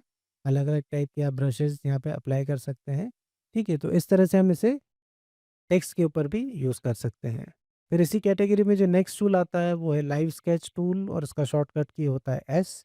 तो इसकी मदद से आप कुछ भी बनाते हैं तो आप देखेंगे वो एक स्मूथ कर्व के अंदर कन्वर्ट हो जाता है। जैसे हमने ऐसे कर्व बनाया तो बिल्कुल स्मूथली बनेगा यहाँ पर, राइट? तो अगर आप पेन टैबलेट वगैरह का यूज़ करते हैं तो उसके लिए ये वाला टूल काफ़ी अच्छा है, राइट? तो उसकी मदद से आप काफ़ी स्मूथ कर्व्स वगैरह बना सकते हैं। तो इस तरह से हम लाइव स्केच टूल का यूज़ कर सकते हैं। फिर इस कैटेगरी में जो सबसे लास्ट टूल होता है वो होता है स्मार्ट ड्राइंग टूल। इसका शॉर्टकट की होता है शिफ्ट प्लस एस। इसका यूज़ हम कर सकते हैं, जैसे कि मान लीजिए हमने यहाँ पर इस तरह से सर्कल बनाया। फास्ट वे में अगर आप सर्कल बनाना चाहते हैं तो आप इस तरह से बना सकते हैं। आप ट्राइंगल बनाना चाहते हैं तो बिल्कुल फास्ट वे में वो बना देगा, रेक्टेंगल, राइट? तो इस तरह से हम स्मार्ट ड्राइंग टूल का यूज़ कर सकते हैं। नेक्स्ट टूल्स है रेक्टेंगल टूल्स। इसमें आपको 2 टूल्स मिलेंगे, rectangle and 3 point rectangle. Rectangle इसका शॉर्टकट की होता है F6। सिंपली आपको यहाँ से सिलेक्ट करना है और इस तरह से ड्रैग करके हम रेक्टेंगल बना सकते हैं। और अगर आपको एक परफेक्ट स्क्वायर बनाना है तो फिर आप कंट्रोल की को प्रेस कीजिए, तो आपका एक यहाँ पर परफेक्ट स्क्वायर बन जाएगा। फिर उसके बाद में आप ऊपर यहाँ पर प्रॉपर्टीज़ में देख सकते हैं, जैसे कि सबसे फर्स्ट यहाँ पर 3 ऑप्शन आपको दिख रहे हैं कॉर्नर्स के लिए। ठीक है, कॉर्नर्स जैसा मैंने आप लोगों को बताया था कि हम लोग जब शेप टूल को यूज़ करते हैं तो उससे भी हम कॉर्नर्स को राउंड कर सकते हैं। जैसे हम पहले यहाँ पे देख लेते हैं, इसको हमने सिलेक्ट करा। ठीक है, यहाँ से आप देखेंगे ये वाला कॉर्नर सिलेक्टेड है, इसलिए यहाँ पर राउंड कॉर्नर हो रहा है। अगर हम सेकंड वाला सिलेक्ट करते हैं स्कैलॉप कॉर्नर को, तो इस तरह के कॉर्नर्स आएंगे। ठीक है, इस तरह से फिर आप उनको एडजस्ट कर सकते हैं। और जो लास्ट वाला है वो कैम्फर्ड कॉर्नर है, तो इस तरह के कॉर्नर्स आप बना सकते हैं। तो ये अलग अलग टाइप्स के आप कॉर्नर्स इस तरह से बना सकते हैं। ये सिर्फ रेक्टेंगल के ऊपर ही वर्क करेगा। ठीक है, फिर उसके बाद में या तो आप डायरेक्टली यहाँ पर ये 4 कॉर्नर्स आपको दिख रहे हैं, इन वैल्यूज़ को एंटर करके भी आप कर सकते हैं। जैसे कि मान लीजिए हम यहाँ पे इसे अभी 0 कर देते हैं। एक वैल्यू को हम 0 करेंगे तो सारी वैल्यूज़ वहाँ पर 0 हो जाएगी। अब यहाँ पर जो बीच में आपको ये लॉक दिख रहा है, इस लॉक को हम अभी ये ऑन है और हम इसको ऑफ कर देते हैं। और जैसे हम यहाँ पर इसको 50 करते हैं और इस वाली वैल्यू को हम 50 करते हैं। हम सिर्फ 2 कॉर्नर्स को करना चाहते हैं, तो हम इस तरह से कर सकते हैं। ठीक है, हमने ये वाला कॉर्नर और ये वाला कॉर्नर करा है, तो इस तरह से आप इस लॉक को ओपन करके कर सकते हैं। अगर ये लॉक को आप ऑन करेंगे तो फिर चारों कॉर्नर्स एक साथ एडिट होंगे। जैसे हम इसको हम ऑन कर देते हैं और अब इसके बाद में हम जो भी वैल्यू यहाँ पे पुटअप करेंगे, जैसे मैंने 40 किया तो आप देखेंगे कि यहाँ पर चारों कॉर्नर्स एक साथ राउंड हो गए। थोड़ा हम कम करते हैं इसे, इस तरह से, राइट। फिर उसके बाद में आप जो भी कॉर्नर्स वगैरह यहाँ पर अप्लाई करना चाहें कर सकते हैं, और जो बैकग्राउंड्स वगैरह आप क्रिएट करना चाहते हैं इसकी मदद से आप अलग अलग तरह के बैकग्राउंड्स बना सकते हैं। और यहाँ पर आप देख सकते हैं, यहाँ पर आपको मिल रहा है आउटलाइन की विड्थ। यहाँ से आप आउटलाइन की विड्थ को बढ़ा सकते हैं इस तरह से। और जो विड्थ के यहाँ पर आपको अगर अलग अलग स्टाइल्स अगर चाहिए तो आप यहाँ से ले सकते हैं। जैसे आपको डॉटेड चाहिए, ठीक है, यहाँ पे आपको काफ़ी सारे मिल जाएंगे। हम थोड़ा सा इसके विड्थ तो कम करते हैं तो आपको अच्छे से इफेक्ट दिखेगा वो। ठीक है, यहाँ से आप अलग अलग स्टाइल्स में स्ट्रोक्स को बना सकते हैं। काफ़ी सारे आपको इसके अंदर मिल जाएंगे, राइट। और जैसा मैंने आपको क्लास फर्स्ट में बताया था कि अगर आपको स्ट्रोक का कलर चेंज करना हो तो उसके लिए आपको कलर के ऊपर राइट क्लिक करना होता है। और अगर फिल में कलर देना हो तो आपको लेफ़्ट क्लिक करना पड़ेगा, तो आप फिल के अंदर कलर फिल कर सकते हैं, राइट। इस तरह से हम यहाँ पर दूसरा स्ट्रोक दे देते हैं। तो इस तरह से हम रेक्टेंगल की प्रॉपर्टीज़ को यूज़ कर सकते हैं। फिर इसी में जो नेक्स्ट टूल है वो है 3 पॉइंट रेक्टेंगल टूल। तो सिंपली हम इस तरह से इसको ड्रैग करके 2 पॉइंट बनाएंगे और थर्ड पॉइंट में आप इसको इस तरह से डायरेक्शन दे देंगे। जिस भी डायरेक्शन में आपको बनाना है उस डायरेक्शन में आप इसको इस तरह से बना के जो भी शेप आप बनाना चाह रहे हैं वो आप क्रिएट कर सकते हैं। तो इस तरह से हम 3 पॉइंट रेक्टेंगल टूल का यूज़ कर सकते हैं। नेक्स्ट टूल्स है इलिप्स टूल्स। इसके अंदर आपको 2 टूल मिलेंगे, एक इलिप्स टूल है, दूसरा है 3 पॉइंट इलिप्स। ठीक है, उसका शॉर्टकट की होता है F7। तो सिंपल आपको इसको सिलेक्ट करना है और इस तरह से ड्रैग करके आप इलिप्स बना सकते हैं। फिर उसके बाद में अगर आप प्रॉपर्टी में देखेंगे तो जैसा हमने रेक्टेंगल में देखा था सेम वैसे ही यहाँ पर आप प्रॉपर्टीज़ चेंज कर सकते हैं। जैसे कि आउटलाइन की विड्थ वगैरह यहाँ से आप चेंज कर सकते हैं। फिर उसके बाद में कुछ अलग स्टाइल में अगर आप देना चाहते हैं तो वो दे सकते हैं। और यहाँ पर आपको अब एलिप्स रिलेटेड यहाँ पर आपको ऑप्शन है, जैसे कि ये फुल एलिप्स है और यहाँ पर आप पाई शेप में अगर कन्वर्ट करना चाहते हैं तो वो कुछ इस तरह से दिखेगा। और अगर आप आर्क में कन्वर्ट करना चाहते हैं तो इस तरह से कन्वर्ट कर सकते हैं, राइट। तो यहाँ से आप सारी प्रॉपर्टीज़ की चेंज कर सकते हैं। सेम अगर हम वापस से एलिप्स बनाते हैं, अगर आपको आउटलाइन का कलर चेंज करना है तो आप राइट क्लिक करेंगे और फिल कलर करना है तो आप इसमें फिर लेफ्ट क्लिक करेंगे। फिर जो नेक्स्ट टूल इसमें आता है वो होता है 3 पॉइंट एलिप्स टूल। जैसा हमने देखा था 3 पॉइंट रेक्टेंगल, सेम वैसे यहाँ पर एलिप्स बनता है। सो इस तरह से आप बना सकते हैं। जैसे हम यहाँ पर एक एग्जांपल देखते हैं, मैं यहाँ पर एक रेक्टेंगल बनाता हूँ इस तरह से। और उसके बाद में हम इसे जब एक बार और क्लिक करेंगे तो आप देखेंगे यहाँ पर इसके रोटेटिंग हैंडल्स आ जाएंगे और ये बीच में जो आपको एरोज़ दिख रहे हैं यहाँ पर, इन एरोज़ से आप क्या कर सकते हैं, इसको स्क्यू कर सकते हैं किसी भी डायरेक्शन में। तो हम यहाँ पर स्क्यू कर देते हैं। फिर उसके बाद में थोड़ा हम जूम करते हैं और यहाँ पर अब हम सिलेक्ट करेंगे 3 पॉइंट एलिप्स टूल। ठीक है, तो हम इस डायरेक्शन में यहाँ पे बनाते हैं इसको। तो हमने कुछ इस तरह से बनाया, राइट। अब उसके बाद में हमारे पास में हमने जो पहले एक टूल देखा है, वो है वर्चुअल सेगमेंट डिलीट। हम इसको सिलेक्ट करेंगे और यहाँ से जो ऊपर वाला जो हमारा ये सेगमेंट है, ये हमें नहीं चाहिए, तो हम इसको सिलेक्ट करके डिलीट कर देंगे। ठीक है? तो देखिए आप इस तरह से सिंपल वे में इस तरह के शेप्स क्रिएट कर सकते हैं। तो हमने यहाँ पर 3 पॉइंट इलिप्स टूल यूज़ करा, एक रेक्टेंगल टूल यूज़ करा और फिर उसके बाद में हमने वर्चुअल सेगमेंट डिलीट टूल को यूज़ कर लिया। तो इस तरह से हम 3 पॉइंट इलिप्स टूल्स को यूज़ कर सकते हैं। नेक्स्ट कैटेगरी ऑफ टूल्स है शेप टूल्स की। आप यहाँ देख सकते हैं आपको काफ़ी सारे यहाँ पर शेप टूल्स मिलेंगे, जिनका यूज़ आप शेप्स बनाने के लिए कर सकते हैं, डिफरेंट टाइप्स ऑफ। सबसे फर्स्ट टूल इसमें आपको मिलेगा पॉलीगॉन टूल, जिसका शॉर्टकट की होता है वाई। तो हम इसको सिलेक्ट करेंगे और यहाँ से आप नंबर ऑफ साइड्स को डिफाइन कर सकते हैं, कितनी आपको साइड्स चाहिए वो आप यहाँ से ले सकते हैं। अभी नंबर ऑफ साइड्स यहाँ पर 3 है, तो यहाँ पर एक ट्राइंगल बनेगा। हम यहाँ से नंबर ऑफ साइड्स को बढ़ा देते हैं। तो इस तरह से हम लोग नंबर ऑफ साइड्स बढ़ा सकते हैं। फिर उसके बाद में जो सेम प्रॉपर्टीज़ रहती है, जैसे कि अगर आप आउटलाइन की विड्थ को बढ़ाना चाहते हैं, तो यहाँ से बढ़ा सकते हैं। उसके बाद में अगर आपको कुछ और यहाँ पर डॉटेड स्टाइल चाहिए, तो आप वो यहाँ से ले सकते हैं। और जैसा कि सेम मैंने बताया था दूसरे शेप्स में भी, कि अगर आप आउटलाइन के कलर को चेंज करना चाहते हैं, तो आप राइट क्लिक कर दीजिए और फिल कलर को आप चेंज करना चाहते हैं, तो लेफ़्ट क्लिक कर दीजिए। नेक्स्ट टूल इसमें है फिर स्टार टूल। स्टार टूल से हम इस पे स्टार क्रिएट कर सकते हैं। नंबर ऑफ साइड्स आप यहाँ से डिफाइन कर सकते हैं और यहाँ पर आप देख सकते हैं शार्पनेस आपको कितनी चाहिए, वो आप यहाँ से कम ज़्यादा कर सकते हैं। ये जो बीच का आपको जो एरिया दिख रहा है, वो आप यहाँ से कम ज़्यादा कर सकते हैं। फिर उसके बाद में सेम वही प्रॉपर्टीज़ रहेगी, यहाँ से आप इसकी आउटलाइन की विड्थ बढ़ा सकते हैं, आउटलाइन के स्टाइल को चेंज कर सकते हैं। इन सारी चीज़ों को आप यहाँ से कर सकते हैं। सेम अगर आपको आउटलाइन का कलर चेंज करना है, तो आप राइट क्लिक करेंगे और फिल का कलर चेंज करना है, तो आप फिर लेफ़्ट क्लिक करेंगे। फिर इस कैटेगरी में जो नेक्स्ट टूल है, वो स्पाइरल टूल, शॉर्टकट की होता है उसका ए। आप इस तरह का स्पाइरल शेप क्रिएट कर सकते हैं।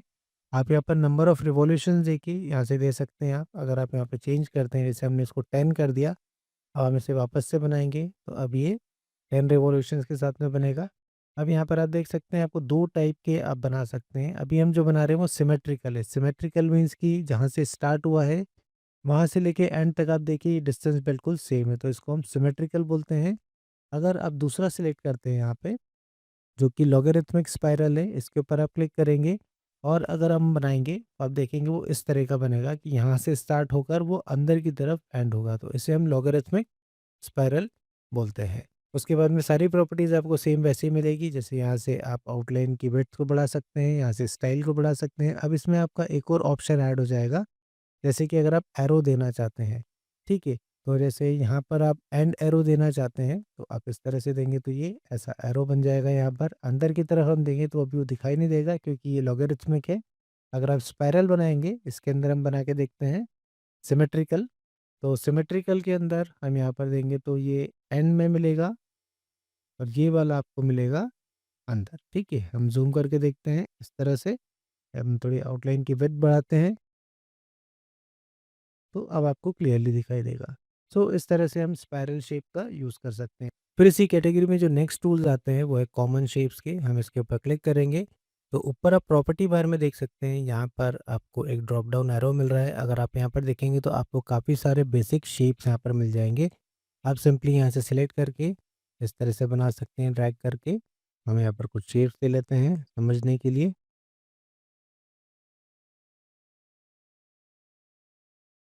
जैसे यहाँ पर कुछ एरो शेप्स भी है और कुछ बैनर शेप्स हैं।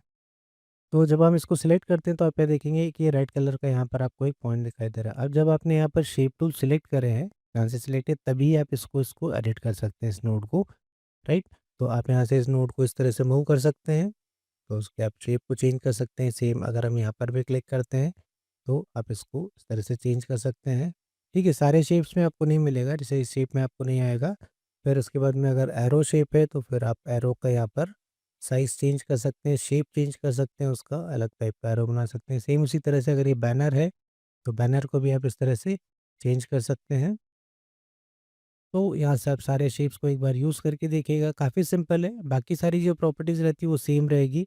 इसमें आप कलर फिल करना चाहते हैं, तो यहाँ से आप कलर फिल कर सकते हैं। फिर अगर आउटलाइन की विड्थ आप बढ़ाना चाहते हैं, तो वो कर सकते हैं। सो इस तरह से हम कॉमन शेप्स को यूज़ कर सकते हैं। फिर नेक्स्ट टूल जो इस कैटेगरी में है वो है इम्पैक्ट टूल। इम्पैक्ट टूल से आप पैरेलल और रेडियल इम्पैक्ट बना सकते हैं। जैसे कि यहाँ पर हम सेलेक्ट कर सकते हैं, पैरेलल हमने सेलेक्ट करके रखा है और हम इस तरह से ड्रॉ करेंगे। ठीक है? तो आपके डिज़ाइन में अगर आपको मोशन दिखाना है या एनर्जी या इस टाइप का कुछ दिखाना है, रिप्रेज़ेंट करना है, तो फिर आप लाइन्स को यूज़ कर सकते हैं। सेम उसी तरह से अगर हम रेडियल को यूज़ करेंगे तो हमें कुछ इस तरह का इफ़ेक्ट देखने को मिलेगा और यहाँ से इस नोट से पकड़ के आप इसे मूव कर सकते हैं और उसका साइज़ को भी चेंज कर सकते हैं, राइट? तो 2 तरह के इम्पैक्ट हैं यहाँ पर, एक तो हमारे पास में रेडियल है और दूसरा हम यहाँ पर सिलेक्ट करेंगे पैरेलल और इस तरह से हम उसे बना सकते हैं। यहाँ से हम टाइप ऑफ जो भी हमें चेंज करना है, लाइन्स हमें किस तरह की चाहिए वो हम यहाँ से चेंज कर सकते हैं। बैकग्राउंड्स वगैरह में यूज़ करने के लिए आप इसका बहुत अच्छे से यूज़ कर सकते हैं। फिर जो नेक्स्ट टूल है इस कैटेगरी के अंदर वो है ग्राफ पेपर टूल, जिसका शॉर्टकट की है डी। इससे हम इस तरह का ग्राफ पेपर बना सकते हैं। बैकग्राउंड्स वगैरह में आप इसे यूज़ कर सकते हैं, राइट? जैसे 5 बाय 5 का यहाँ पर बना हुआ है तो आप यहाँ पे चेंज कर सकते हैं उसे। अब इसे हम 10 बाय 10 का बना देते हैं, तो इसके अंदर चेंज नहीं होगा। आप जब नया बनाएँगे तो उसके अंदर 10 बाय 10 आपको दिखाई देगा। बाकी उसकी प्रॉपर्टीज़ आपको यहाँ पर दिखाई देगी, ठीक है? आप उसके लाइन्स को चेंज कर सकते हैं यहाँ से, फिर उसके लाइन्स के स्टाइल्स को चेंज कर सकते हैं और साथ में कलर वगैरह चेंज करना हो तो आप वो चेंज कर सकते हैं, कलर भी फिल कर सकते हैं उसमें। सो इस तरह से हम ग्राफ पेपर टूल को यूज़ कर सकते हैं। अब नेक्स्ट टूल की जो कैटेगरी है वो है टेक्स्ट टूल्स की कैटेगरी है। इसमें 2 टूल्स मिलेंगे आपको, एक तो टेक्स्ट टूल, दूसरा टेबल टूल, राइट? तो टेक्स्ट टूल का जो शॉर्टकट है वो F8 है। तो इस पर आप क्लिक करेंगे तो अब आप देखेंगे प्रॉपर्टी बार में आपको टेक्स्ट की यहाँ पर प्रॉपर्टीज़ आ गई है। काफ़ी सिंपल रहती है, अगर आप लोगों ने वर्ड, पावर पॉइंट और ये भी करा है तो उसमें भी सेम ऐसी प्रॉपर्टीज़ रहती है। सबसे पहली बात है इसमें कि आप इसमें टेक्स्ट को 2 तरह से यूज़ कर सकते हैं। एक जब आप कुछ हेडलाइन्स वगैरह में वर्क कर रहे हैं, छोटे टेक्स्ट के ऊपर काम कर रहे हैं, छोटा डिज़ाइन है, इसमें बहुत कम टेक्स्ट है, तो फिर आप आर्टिस्टिक टेक्स्ट को यूज़ करते हैं, ठीक है? आर्टिस्टिक टेक्स्ट कैसे यूज़ हम करेंगे, तो इसके लिए हम सिंपल इसके ऊपर क्लिक करेंगे पेज के ऊपर तो कर्सर आ जाएगा। फिर उसके बाद में हम जो भी देना चाहते हैं, हम उसको टाइप कर देंगे सिंपल और इस तरह से आप उसको स्केलिंग वगैरह कर सकते हैं नोट से यहाँ से पकड़ के या फिर अगर आप ऊपर देखेंगे तो आप यहाँ से भी इसके साइज़ वगैरह को चेंज कर सकते हैं और यहाँ से हम उसके फ़ॉन्ट फेस वगैरह को चेंज कर सकते हैं, राइट? बोल्ड, इटैलिक अगर फ़ॉन्ट होगा वैसा उसकी प्रॉपर्टीज़ होगी तो फिर बोल्ड बोल्ड और इटैलिक भी हो जाएगा यहाँ से वो, राइट?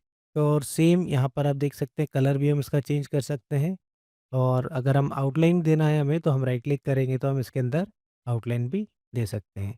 फिर जो नेक्स्ट टेक्स्ट होता है इसके अंदर वो होता है पैराग्राफ टेक्स्ट। अब मान लीजिए आप कुछ ब्रोशर बना रहे हैं या फिर कुछ बुक डिज़ाइन कर रहे हैं, ठीक है? जिसमें बहुत सारा टेक्स्ट होता है, जैसे न्यूज़पेपर आपने देखा होगा उसमें टेक्स्ट बहुत सारा होता है, राइट?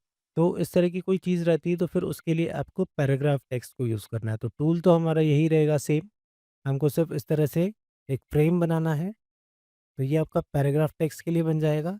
अब जो नए वर्जन्स है उसके अंदर आप अगर आप राइट क्लिक करेंगे तो आप इसके अंदर प्लेस होल्डर टेक्स्ट भी डाल सकते हैं। ठीक है, डमी टेक्स्ट है ये, इसकी जगह फिर आप आपका खुद का कंटेंट डाल सकते हैं, राइट? तो इस तरह से आप फ्रेम बना सकते हैं और इन फ्रेम्स को आप कॉपी भी कर सकते हैं। जैसे अगर आप यहाँ पर मूव करके राइट क्लिक करेंगे तो ये फ्रेम्स कॉपी भी हो जाएगी, राइट? तो इस तरह से आप टेक्स्ट को यूज़ कर सकते हैं। एक तो आर्टिस्टिक टेक्स्ट रहेगा जहाँ पर आपका कम टेक्स्ट रहता है, वहाँ पर आप आर्टिस्टिक टेक्स्ट यूज़ कर सकते हैं और जहाँ पर आपका बहुत सारा टेक्स्ट रहेगा, जहाँ पर पैराग्राफ्स आएँगे तो फिर उसके लिए आप पैराग्राफ टेक्स्ट को यूज़ कर सकते हैं। अब इसमें भी हम लोग टेक्स्ट के ऊपर एक टूल हमने पहले देखा है, शेप टूल का हम यूज़ करके देखेंगे।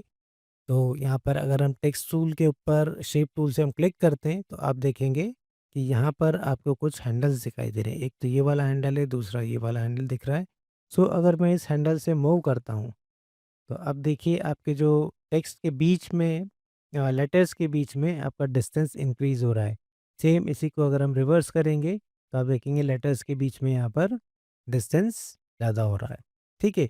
तो हम इस तरह से इसको यूज़ कर सकते हैं। सबसे पहले मैं इन्हें हटा देता हूँ, साइड में रख देते हैं हम, ताकि हम इसका भी यूज़ देखेंगे। यहाँ पर एक और जो हैंडल है, अगर मैं इस पे पहले हम कुछ ऐड कर देते हैं, हेडलाइन्स टुडे कर देते हैं हम इसे, ठीक है?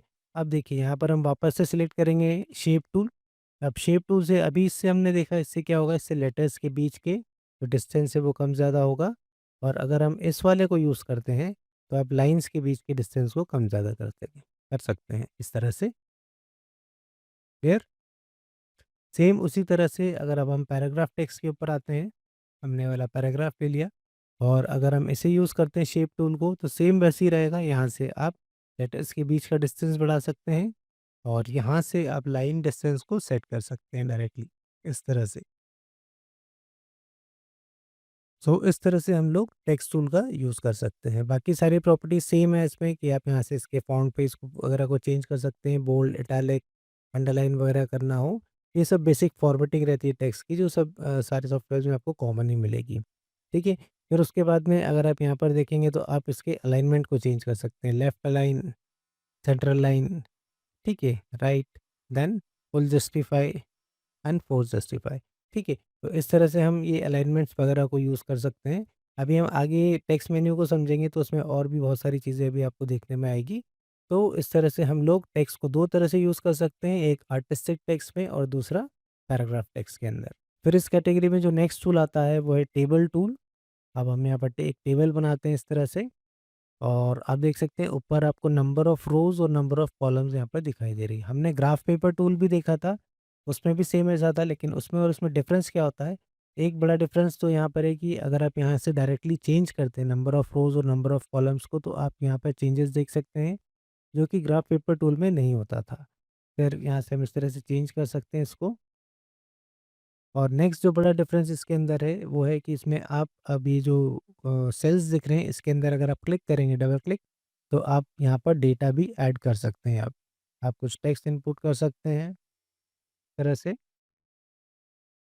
ठीक है? सिंपल 1, 2, 3, ठीक है? तो इस टाइप से आप इसके अंदर डेटा को भी डाल सकते हैं। फिर उसके बाद में और जो टेबल की प्रॉपर्टीज़ रहती है सिंपल, जैसे कि आप यहाँ पर बॉर्डर का कलर चेंज कर सकते हैं। बॉर्डर का कलर देखिए, आउटर बॉर्डर का कलर चेंज हुआ है, वो किसकी वजह से हुआ है? क्योंकि यहाँ पर सिलेक्टेड है वो वाला, ठीक है?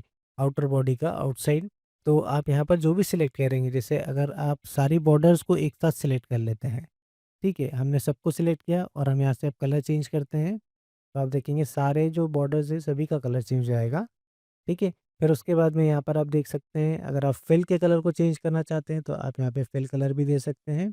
सो इस तरह से हम लोग टेबल की प्रॉपर्टीज़ को भी चेंज कर सकते हैं, उसमें डेटा भी इनपुट कर सकते हैं। तो जहाँ पर भी आपको ऐसा टेबल लग रहा है, जहाँ पर आपको कोई डेटा भी डालना है, तो फिर आप इस टूल का यूज़ कर सकते हैं। फिर जो टूल्स आते हैं, वो सारे इफ़ेक्ट टूल्स होते हैं। यहाँ पर आप देख सकते हैं, ये पूरी कैटेगरी है इफ़ेक्ट टूल्स की, जिसके अंदर आप टेक्स्ट के ऊपर या फिर किसी शेप के ऊपर कुछ इफ़ेक्ट देना चाहते हैं, तो फिर हम इन टूल्स का यूज़ करते हैं। उसमें जो सबसे पहला टूल आपको यहाँ पर दिखाई दे रहा है, वो है शैडो टूल। हम इसे सिलेक्ट करेंगे सबसे पहले और यहाँ पर हम एक शेप बनाएँगे और शेप के अंदर हम कलर देते हैं। साथ में हम लोग कुछ टेक्स्ट भी यहाँ पर लेते हैं, ताकि आपको समझने में ईज़ी रहे। और इसके फेस को हम चेंज करते हैं। अब इसके ऊपर हम लोग शैडो टूल यूज़ करेंगे, तो आप यहाँ से सिलेक्ट कीजिए शैडो टूल। अब इसके ऊपर आपको शैडो देना, तो सिंपल इस तरह से ड्रैग कीजिए आप, ठीक है? तो देखिए आप इस तरह से इसके अंदर शैडो दे सकते हैं, जहाँ से भी आप ड्रैग करेंगे वहाँ से इसकी शैडो आएगी, इस तरह से, ठीक है? यहाँ से आप कर रहे हैं तो ये बेस में शैडो आएगी। सेम उसी तरह से टेक्स्ट के ऊपर भी अगर आप करना चाहते हैं तो इस तरह से शैडो आएगी, राइट? अब यहाँ पर हम देख सकते हैं, हमें यहाँ पर एक स्लाइडर दिखाई दे रहा है। इसका मतलब ये है कि अगर मैं स्लाइडर को इधर मूव करता हूँ, तो इसकी ओपेसिटी कम होगी, ठीक है? आप ये डार्क कलर देख रहे हैं यहाँ पर और यहाँ पर ये नन कलर है। अगर मैं इसको और नीचे लेके आऊँगा तो आप देखेंगे शैडो बिल्कुल गायब हो जाएगी, ठीक है? तो हम इस स्लाइडर को जितना मूव करेंगे इस साइड में, ब्लैक कलर की साइड में, तो शैडो उतनी डार्क होती जाएगी, ठीक है? फुल कलर चाहिए तो आप यहाँ पे लेके आएँगे तो वो पूरी फुल कलर की हो जाएगी, राइट? सेम टेक्स्ट में भी उसी तरह से होगा। अब आप अगर ऊपर यहाँ पर देखेंगे प्रॉपर्टी बार के अंदर, तो आपको यहाँ पर कलर दिख रहा है, ठीक है? यहाँ से आप शैडो का कलर चेंज कर सकते हैं अपनी रिक्वायरमेंट के अकॉर्डिंगली, राइट? जैसा भी आपको कलर चाहिए वो कलर आप उसके अंदर अप्लाई कर सकते हैं।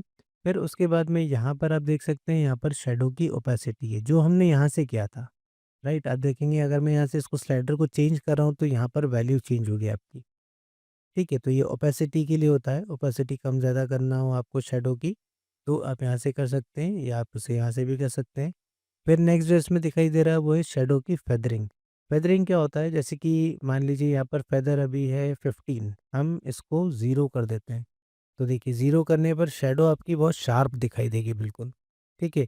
अगर आप शैडो को फेदर को जितना बढ़ाएँगे आप यहाँ से, उतनी आपकी शैडो कैसी होती जाएगी, ब्लर होती जाएगी, ठीक है? तो इस सेटिंग को आप यहाँ से कर सकते हैं, जैसा भी आप उसको नेचुरल शैडो दिखाना चाहते हैं, तो आप थोड़ा उसके अंदर ब्लर देंगे तो वो नेचुरल शैडो दिखाई देगी। और अगर शैडो को आपको क्लियर करना है, तो फिर आप इसके ऊपर क्लिक करेंगे तो शैडो आपकी क्लियर हो जाएगी, ठीक है? सेम उसी तरह से आपको टेक्स्ट के ऊपर भी अप्लाई करना है। सो इस तरह से हम लोग शैडो टूल को यूज़ कर सकते हैं। फिर जो नेक्स्ट टूल इस कैटेगरी में आता है वो है कॉन्टूर टूल। कॉन्टूर टूल के लिए हम सबसे पहले यहाँ पर एक शेप बना लेते हैं, एक और शेप बनाते हैं, ठीक है? अब इसके ऊपर अगर हम यूज़ करेंगे तो आप देखेंगे कि इस तरह से आप अगर बनाना चाहते हैं, तो कुछ बॉर्डर वगैरह बनाना चाहते हैं तो आप इज़िली इससे बना सकते हैं, ठीक है? यहाँ पर आप देखेंगे ऊपर प्रॉपर्टी बार में, तो यहाँ पर नंबर ऑफ स्टेप्स आप देख सकते हैं। अब ये जो रेड कलर आ रहा है वो इसकी वजह से आ रहा है, तो आप यहाँ से इसे चेंज करके अभी हम ब्लैक कर देते हैं इसे। अब यहाँ से देखिए आप अगर नंबर ऑफ स्टेप्स बढ़ाते हैं तो वो आपको कुछ इस तरह का इफ़ेक्ट देखने को मिलेगा, ठीक है? सेम इसके ऊपर भी करके देखते हैं हम। और डायरेक्टली भी आप कर सकते हैं इसको, इस तरह से ड्रैग करेंगे यहाँ से, तो नंबर ऑफ स्टेप्स वगैरह आप यहाँ से भी बढ़ा सकते हैं, ठीक है? आप देखेंगे यहाँ पर भी नंबर ऑफ स्टेप्स बढ़ रही है। अब इसका जो सबसे मेन यूज़ मैं बताऊँ आपको कि जैसे मान लीजिए आप कुछ इर्रेगुलर शेप बना रहे हैं, जैसे कि मान के चलिए कुछ ऐसा शेप है, इसके कॉर्नर्स को हम राउंड करते हैं। और अगर मैं इसकी कॉपी बनाता हूँ अंदर, जैसा मैंने आपको बताया था राइट क्लिक करके हम कॉपी बनाते हैं, ठीक है? तो मैंने इसकी कॉपी बनाई, तो अब आप देखेंगे कि ये किस तरह से कॉपी हुआ है अंदर, राइट? इसको हम थोड़ा ज़ूम करते हैं, तो आप यहाँ देख सकते हैं कि ये ठीक से कॉपी नहीं, मतलब कॉपी तो हुआ है लेकिन ये प्रॉपरली नहीं दिख रहा, प्रोफेशनल नहीं दिख रहा है। तो इसके लिए हम इसको डिलीट करते हैं और यहाँ पर काम आता है आपका कॉन्टूर टूल। इसको आप सिलेक्ट कर लीजिए। अब आप यहाँ से इसे सिंपल इस तरह से मूव कीजिए, तो देखिए अब आपको बिल्कुल एक प्रॉपर दिखाई देगा। नंबर ऑफ स्टेप्स अभी हम 1 करेंगे यहाँ पे, ठीक है? और इस तरह से, तो आपको इस तरह से बॉर्डर बनाना है। अगर इर्रेगुलर शेप है तो उसके लिए बहुत अच्छा रहता है ये, ध्यान रखिए, ठीक है? तो जैसे हमने कॉर्नर्स को राउंड किया था, तो हमने कॉपी किया था तो बिल्कुल भी अच्छा नहीं दिख रहा था, लेकिन अगर हमने कॉन्टूर को यूज़ करा है तो अब आप उसको प्रॉपर्ली यहाँ पर इस तरह से बॉर्डर क्रिएट कर सकते हैं उसकी, ठीक है? फिर उसके बाद में हम लोग टेक्स्ट के ऊपर इसे यूज़ करते हैं, तो हम यहाँ पर टेक्स्ट टूल लेंगे और हम आर्टिस्टिक टेक्स्ट, जैसा मैंने आपको बताया था, टेक्स्ट टूल में सिंपल क्लिक करेंगे और यहाँ से हम लोग कुछ टेक्स्ट ले लेते हैं।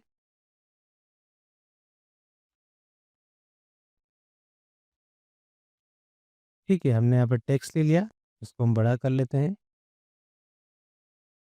अब इसके अंदर हम लोग कंटूर टूल को यूज़ करेंगे, तो सबसे पहले हम लोग यहाँ पर यूज़ करेंगे कलर, कर देते हैं हम इसके अंदर।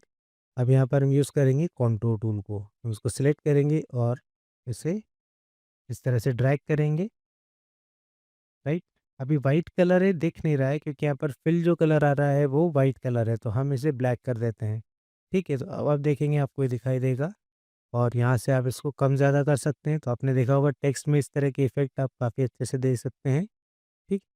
अब यहाँ पर आप देखेंगे आपको ये कुछ कॉर्नर्स जो दिख रहे हैं, ये जैसे पॉइंटेड दिख रहे हैं, तो अगर आप यहाँ जाएँगे तो आप इसको राउंड भी कर सकते हैं। देखिए अभी सारे कॉर्नर्स राउंड हो गए हैं, तो इस तरह से हम इसे अप्लाई कर सकते हैं टेक्स्ट के ऊपर। अब यहाँ पर आपको 3 ऑप्शंस मिलते हैं। ये आप टेक्स्ट के ऊपर भी, मतलब किसी शेप के ऊपर भी करेंगे तो वहाँ पर भी वो सेम वैसे ही होगा, ठीक है। अभी हम कौन-सा काउंटर कर रहे हैं? आउटसाइड, मतलब टेक्स्ट के आउटसाइड हम इस तरह से ड्रैग कर रहे हैं। अगर हम इसे अंदर करना चाहते हैं इनसाइड में, तो आप इसके ऊपर क्लिक कीजिए, तो अब वो इनसाइड में आ जाएगा, ठीक है। इनसाइड और सेंटर में सेम ही रहेगा वो, राइट। तो आप इस तरह से उसको मूव कर सकते हैं, तो इनसाइड और आउटसाइड में आप इस तरह से कर सकते हैं, ठीक है। इस तरह के इफेक्ट वगैरह देना हो तो आप यहाँ से दे सकते हैं।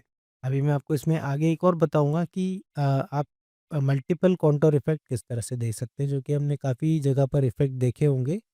तो उसके लिए एक कमांड होती है, अगर आप, मैं आपको उसको बाद में भी बताऊँगा वो कमांड कैसे हम यूज़ करते हैं। अभी हम कॉन्टूर देख रहे हैं तो यहाँ पर हमें बताना भी ज़रूरी है।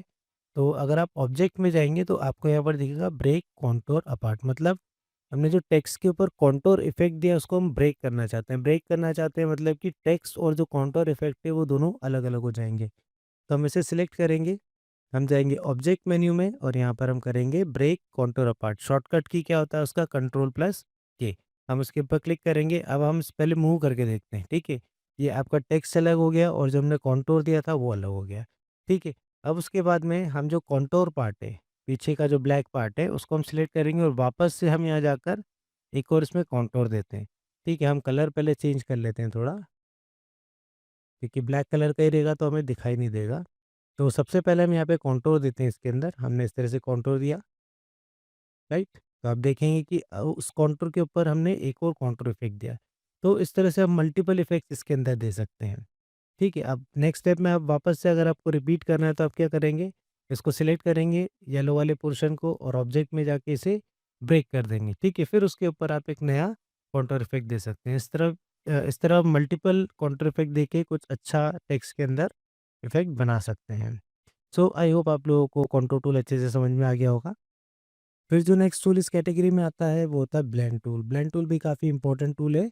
तो हम उसके लिए यहाँ पर कुछ शेप्स बनाते हैं। मैंने यहाँ पे एक सर्कल बनाया, उसमें मैंने कलर दे दिया, फिर इसी को अब मैं कॉपी करूँगा, तो मैं इसे मूव करूँगा इस तरह से। देखिए मैं कंट्रोल की के साथ में मूव कर रहा हूँ इसे।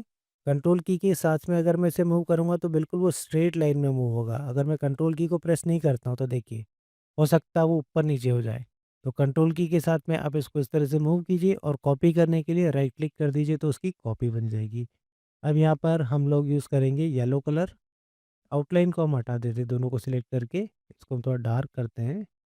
अब यहाँ पर हम दोनों को सिलेक्ट करेंगे, सिलेक्ट करने की भी ज़रूरत नहीं है, हम लोग यहाँ पर लेंगे ब्लेंड टूल और यहाँ से लेके यहाँ तक इसे इस तरह से मूव कर देंगे। तो आप देखेंगे ब्लेंड हो जाएगा, इस वाले शेप से इस वाले शेप तक वो ब्लेंड हो जाएगा। साथ में आप कलर्स भी देख सकते हैं कि कलर्स भी वहाँ पर ब्लेंड हो रहे हैं। ठीक है? तो आप यहाँ पे देख सकते हैं कि हम यहाँ पे नंबर ऑफ ब्लेंड ऑब्जेक्ट्स बढ़ा सकते हैं और कम कर सकते हैं, इस तरह से, राइट? अब इसके बाद में हमने ये ब्लेंड कर दिया है। अब हम एक और यहाँ पे शेप बनाते हैं इस तरह से। अब हम चाहते हैं हमने जो ब्लेंड बनाया है, इस ब्लेंड को हम इसके ऊपर ये जो पाथ है, राउंड पाथ है, इसके ऊपर ये फिट हो जाए। तो उसके लिए हम क्या करेंगे, इसे सिलेक्ट करेंगे। जैसे हम सिलेक्ट करते हैं ब्लेंड टूल को, यहाँ पे मतलब हमने जो ब्लेंड इफेक्ट दिया है, तो ऊपर आप प्रॉपर्टी बार में देखेंगे, आपको यहाँ पर दिखाई देगा न्यू पाथ। यहाँ पर ये वाला जो आइकन दिख रहा है, इसमें न्यू पाथ का आपको ऑप्शन मिलेगा, राइट? इस पे क्लिक करेंगे, अब एक एरो आ जाएगा, तो उस एरो से आपको किसके ऊपर क्लिक करना है, ये जो पाथ हमने बनाया है इसके ऊपर क्लिक करेंगे। तब आप देखेंगे जो हमने ब्लेंड किया था वो सब कुछ इसके ऊपर आ चुका है। ठीक है, लेकिन अभी ये प्रॉपरली नहीं आया है, पूरा फिलअप नहीं हुआ है ये देखिए। ठीक है, तो उसके लिए अब हम क्या करेंगे, उसके बाद में हम आगे जाएंगे मोर ब्लेंड ऑप्शंस के ऊपर, इसके ऊपर क्लिक करेंगे और यहाँ पर हमें मिलेगा ब्लेंड अलोंग फुल पाथ। मतलब हमने जो ब्लेंड किया है वो पूरे पाथ के ऊपर आ जाए, तो हम इसके ऊपर करेंगे तो अब आप देखेंगे ये पूरा इस पाथ के ऊपर आ जाएगा, राइट? सो इस तरह से हम इसे यूज़ कर सकते हैं। यहाँ पर कुछ और ऑप्शन है, जैसे क्लॉकवाइज बेंड करेंगे आप तो कुछ कलर्स चेंज हो जाएंगे वहाँ पे इस तरह से। ठीक है? तो इस तरह से हम इसे यूज़ कर सकते हैं। अभी मैं आप लोगों को जो आगे एग्ज़ाम्पल वीडियोज़ बताऊँगा, उसके अंदर हम ब्लेंड टूल से कुछ बनाएँगे, तो वहाँ पर आपको और अच्छे से समझ में आ जाएगा। एक बेसिक मैंने आपको यूज़ बताया है। फिर इस कैटेगरी में जो नेक्स्ट टूल आता है, वो है डिस्टॉर्ट टूल। डिस्टॉर्ट टूल का यूज़ करते हैं हम किसी भी ऑब्जेक्ट को डिस्टॉर्ट करने के लिए, उसकी शेप को चेंज करने के लिए। तो हम यहाँ पर लेते हैं एलिप्स टूल, हमने यहाँ पर लिया। अब जैसे ही हम यहाँ पर डिस्टॉर्ट टूल को सिलेक्ट करेंगे तो आपको यहाँ पर कुछ ऑप्शंस दिखाई देंगे, पुश एंड पुल डिस्टॉर्शन, मतलब इसको हम यूज़ करेंगे। पुश मतलब, ठीक है, पुश एंड पुल, ये आपका पुश एंड पुल हो गया। तो दोनों में देखिए आपको इफेक्ट अलग अलग देखने को मिलेगा, इसमें पुश करेंगे और इसमें पुल करेंगे तो, ठीक है, ये दोनों इस तरह का इफेक्ट होएगा। ये आप जब ऊपर यहाँ से सिलेक्ट करेंगे ये वाला ऑप्शन, तब आपको ये दिखाई देगा, क्लियर? फिर कलर वगैरह आप सेम उसमें वैसे फिलअप कर सकते हैं। और उसके बाद में आपको जो नेक्स्ट ऑप्शन इसमें दिख रहा है, हम इसे डिलीट करते हैं, हम एक नया शेप बनाते हैं।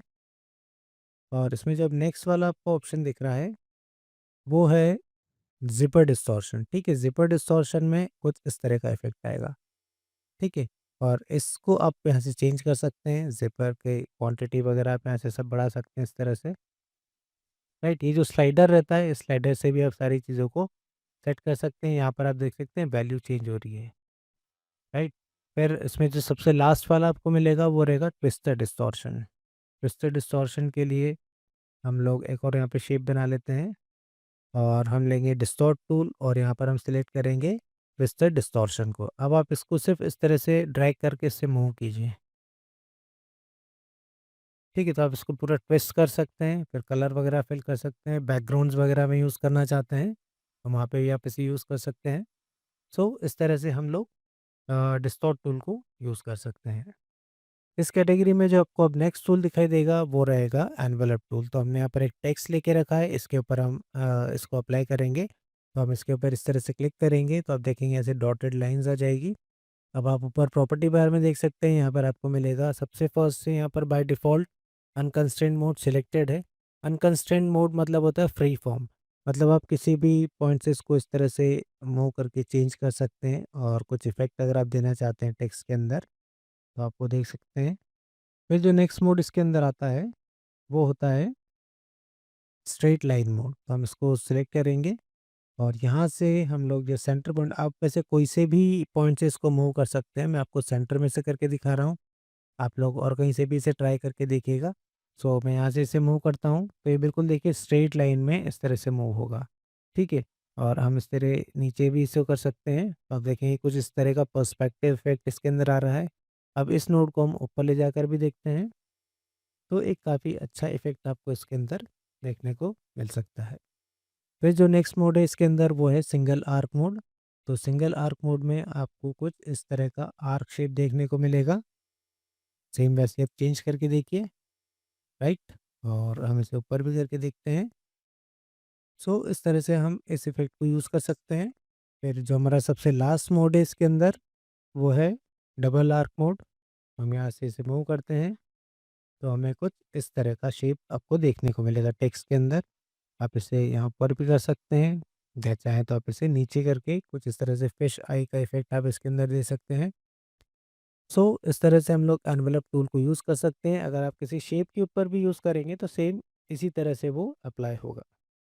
फिर जो नेक्स्ट टूल इस कैटेगरी में आता है वो है एक्सट्रूड टूल। यहाँ से हम सिलेक्ट करेंगे और सिंपल आपको इस तरह से इसको सिलेक्ट करना है टेक्स्ट को और एक्सट्रूड टूल से इस तरह से मूव करना है, ठीक है। आप इससे 3D इफेक्ट दे सकते हैं और यहाँ से आप जो पर्सपेक्टिव है उसका एक्सट्रूड को आप बढ़ा सकते हैं और कम कर सकते हैं। अभी हम इसके कलर को चेंज करते हैं, दोनों ब्लैक है तो हमें समझ में नहीं आ रहा है।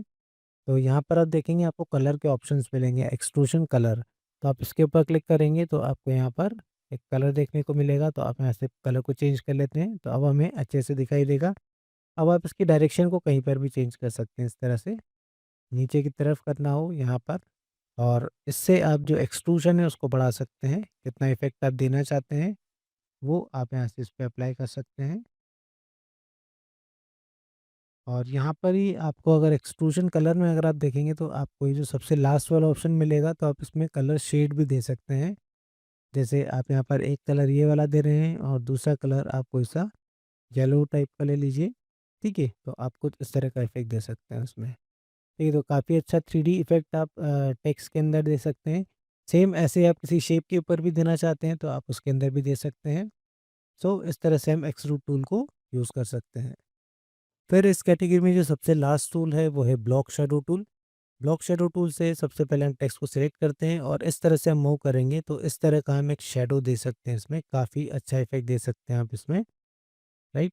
अब आप यहाँ देख सकते हैं कलर भी है तो यहाँ से आप शैडो का कलर भी चेंज कर सकते हैं, जो भी कलर आप देना चाहें वो कलर दे सकते हैं।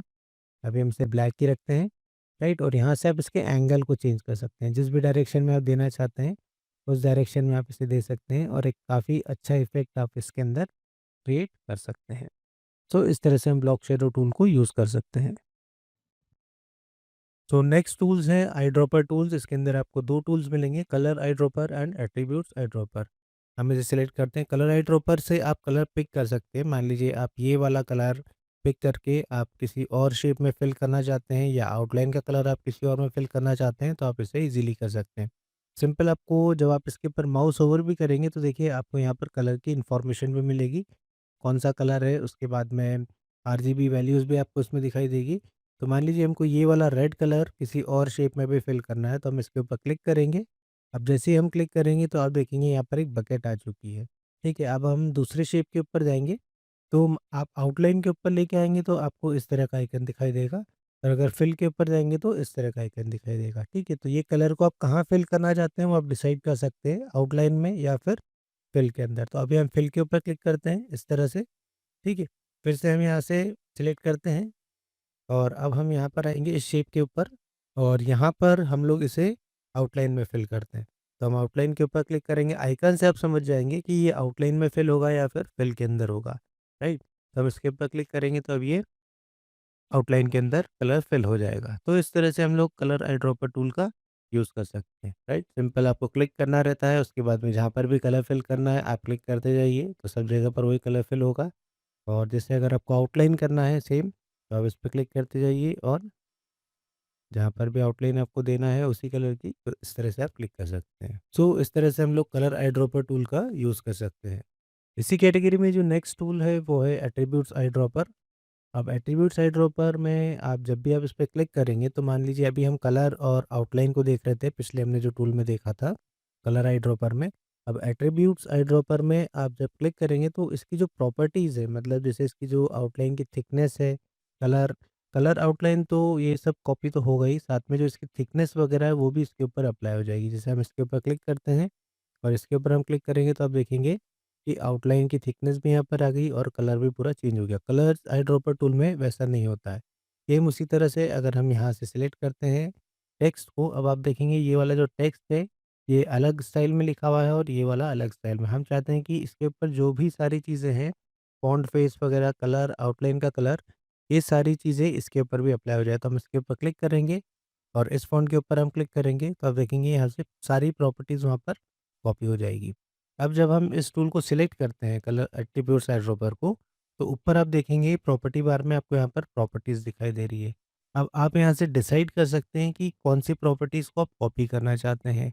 ठीक है, जैसे सिर्फ़ टेक्स्ट को आपको कॉपी करना है तो वो कर सकते हैं। फिल और आउटलाइन जैसे अभी हमारे यहाँ पर तीनों टिक है, तो हमने क्लिक करा था तो यहाँ पर आउटलाइन, फिल और सारी चीज़ें कॉपी हो जाएगी। ठीक है, तो आप ये सारी चीज़ें यहाँ से डिसाइड कर सकते हैं। फिर उसके बाद में ट्रांसफ़ॉर्मेशंस भी आप इसमें कॉपी कर सकते हैं, जैसे कि साइज़, रोटेशन, पोज़ीशन। मैं आप लोगों को एक एग्ज़ाम्पल बताता हूँ, जैसे यहाँ पर मैंने रोटेशन के ऊपर भी क्लिक कर दिया और इस वाले टेक्स्ट को हम लोग थोड़ा-सा रोटेट कर देते हैं, इस तरह से। अब हम चाहते हैं कि जितना ये रोटेट हुआ है, सेम वही रोटेशन इसके ऊपर भी अप्लाई हो जाए। तो हम वापस से यहाँ पर लेंगे एट्रीब्यूट्स आइड्रॉपर, इसके ऊपर क्लिक करेंगे और इसके ऊपर क्लिक करेंगे, राइट? तो आप देखेंगे सेम वैसा का वैसा ट्रांसफॉर्मेशन उसके ऊपर भी आ जाएगा। तो सब कुछ यहाँ से डिपेंड करेगा, जो भी आप सिलेक्ट करेंगे वो कॉपी होगा, ठीक है? पोजीशन वगैरह, साइज़ भी अगर आप चेंज करना चाहते हैं, जैसे अगर हम इसका साइज़ भी चेंज कर दें, तो हम थोड़ा बड़ा कर देते हैं और सेम वापस से हम लोग एट्रीब्यूट्स आइड्रॉपर के ऊपर क्लिक करेंगे और फिर इसके ऊपर क्लिक कर देंगे। ये तो दोनों चीज़ें यहाँ पर इज़िली कॉपी हो जाएगी। तो इस तरह से हम इसे यूज़ कर सकते हैं। फिर उसके बाद में अगर इफ़ेक्ट्स वगैरह भी अगर आपने इसके अंदर कुछ दे के रखे हैं, फॉर एग्ज़ाम्पल आपने जैसे इसके अंदर शैडो दे के रखी है। हम एक यहाँ पर टेक्स्ट को सिलेक्ट करते हैं अभी और टेक्स्ट और शेप सभी के ऊपर एक जैसा वर्क करेगा, ठीक है? ऐसा नहीं कि सिर्फ़ टेक्स्ट के ऊपर ही होगा। अभी हम सिर्फ़ एग्ज़ाम्पल देख रहे हैं, अगर आप इनके ऊपर भी करेंगे तो सेम उसके ऊपर अप्लाई होगा। तो अभी हम इसके ऊपर कुछ इफ़ेक्ट देते हैं। हमने इफ़ेक्ट टूल्स देखे हैं यहाँ पर, तो हम इसमें से कोई सा भी एक टूल ले लेते हैं। जैसे कि हम लोग यहाँ पर ड्रॉप शैडो ले लेते हैं। शैडो हमने दिया, इस तरह से हम शैडो देते हैं, नीचे से हम देंगे, राइट? इस तरह की हम शैडो देते हैं। अब हम चाहते हैं कि ये सारी चीज़ें इसके ऊपर भी कॉपी हो जाए। अब ऊपर वाले टेक्स्ट में हम लोगों ने यहाँ पर ड्रॉप शैडो दे दिया है। अब इस ड्रॉप शैडो को मान लीजिए आप कॉपी करना चाहते हैं सेम इसके ऊपर भी, तो सबसे पहले तो आपको यहाँ पर इफ़ेक्ट्स में आके जो ड्रॉप शैडो है उसको यहाँ पर टिक करना पड़ेगा, तभी उसके ऊपर से कॉपी होएगा। फिर उसके बाद में आप इसके ऊपर क्लिक कीजिए और इस टेक्स्ट के ऊपर क्लिक कर दीजिए, तो आप देखेंगे अब जो इफ़ेक्ट था वो भी कॉपी हो गया। ठीक है? तो सारी चीज़ें सब कुछ यहाँ पर डिपेंड करेगी, आप जो भी चीज़ सिलेक्ट करेंगे वो कॉपी हो जाएगा। एक ऑब्जेक्ट से दूसरे ऑब्जेक्ट पर, एक टेक्स्ट से दूसरे टेक्स्ट के ऊपर। ठीक है? तो ये सारी चीज़ें आप देख सकते हैं, तो इन सबको आप करके देखिएगा। जैसे हम लोग पर्सपेक्टिव, एनवेलप हम लोगों ने यहाँ पर देखे थे, वो आप अगर एक शेप से दूसरे शेप पर या एक टेक्स्ट से दूसरे टेक्स्ट के ऊपर अप्लाई करना चाहते हैं, तो वो आप ईज़िली कर सकते हैं। राइट? तो इस तरह से हम लोग एट्रीब्यूट्स आइड्रॉपर टूल को यूज़ कर सकते हैं। तो नेक्स्ट टूल की कैटेगरी है फिल टूल्स की। यहाँ पर आपको 3 टूल मिलेंगे, interactive fill, smart fill and mesh fill. तो हम सबसे फर्स्ट देखते हैं इंटरैक्टिव फिल को। ऐसे हम सिलेक्ट करेंगे और एक यहाँ पर हम शेप बनाते हैं, उसमें कलर फिल कर देते हैं।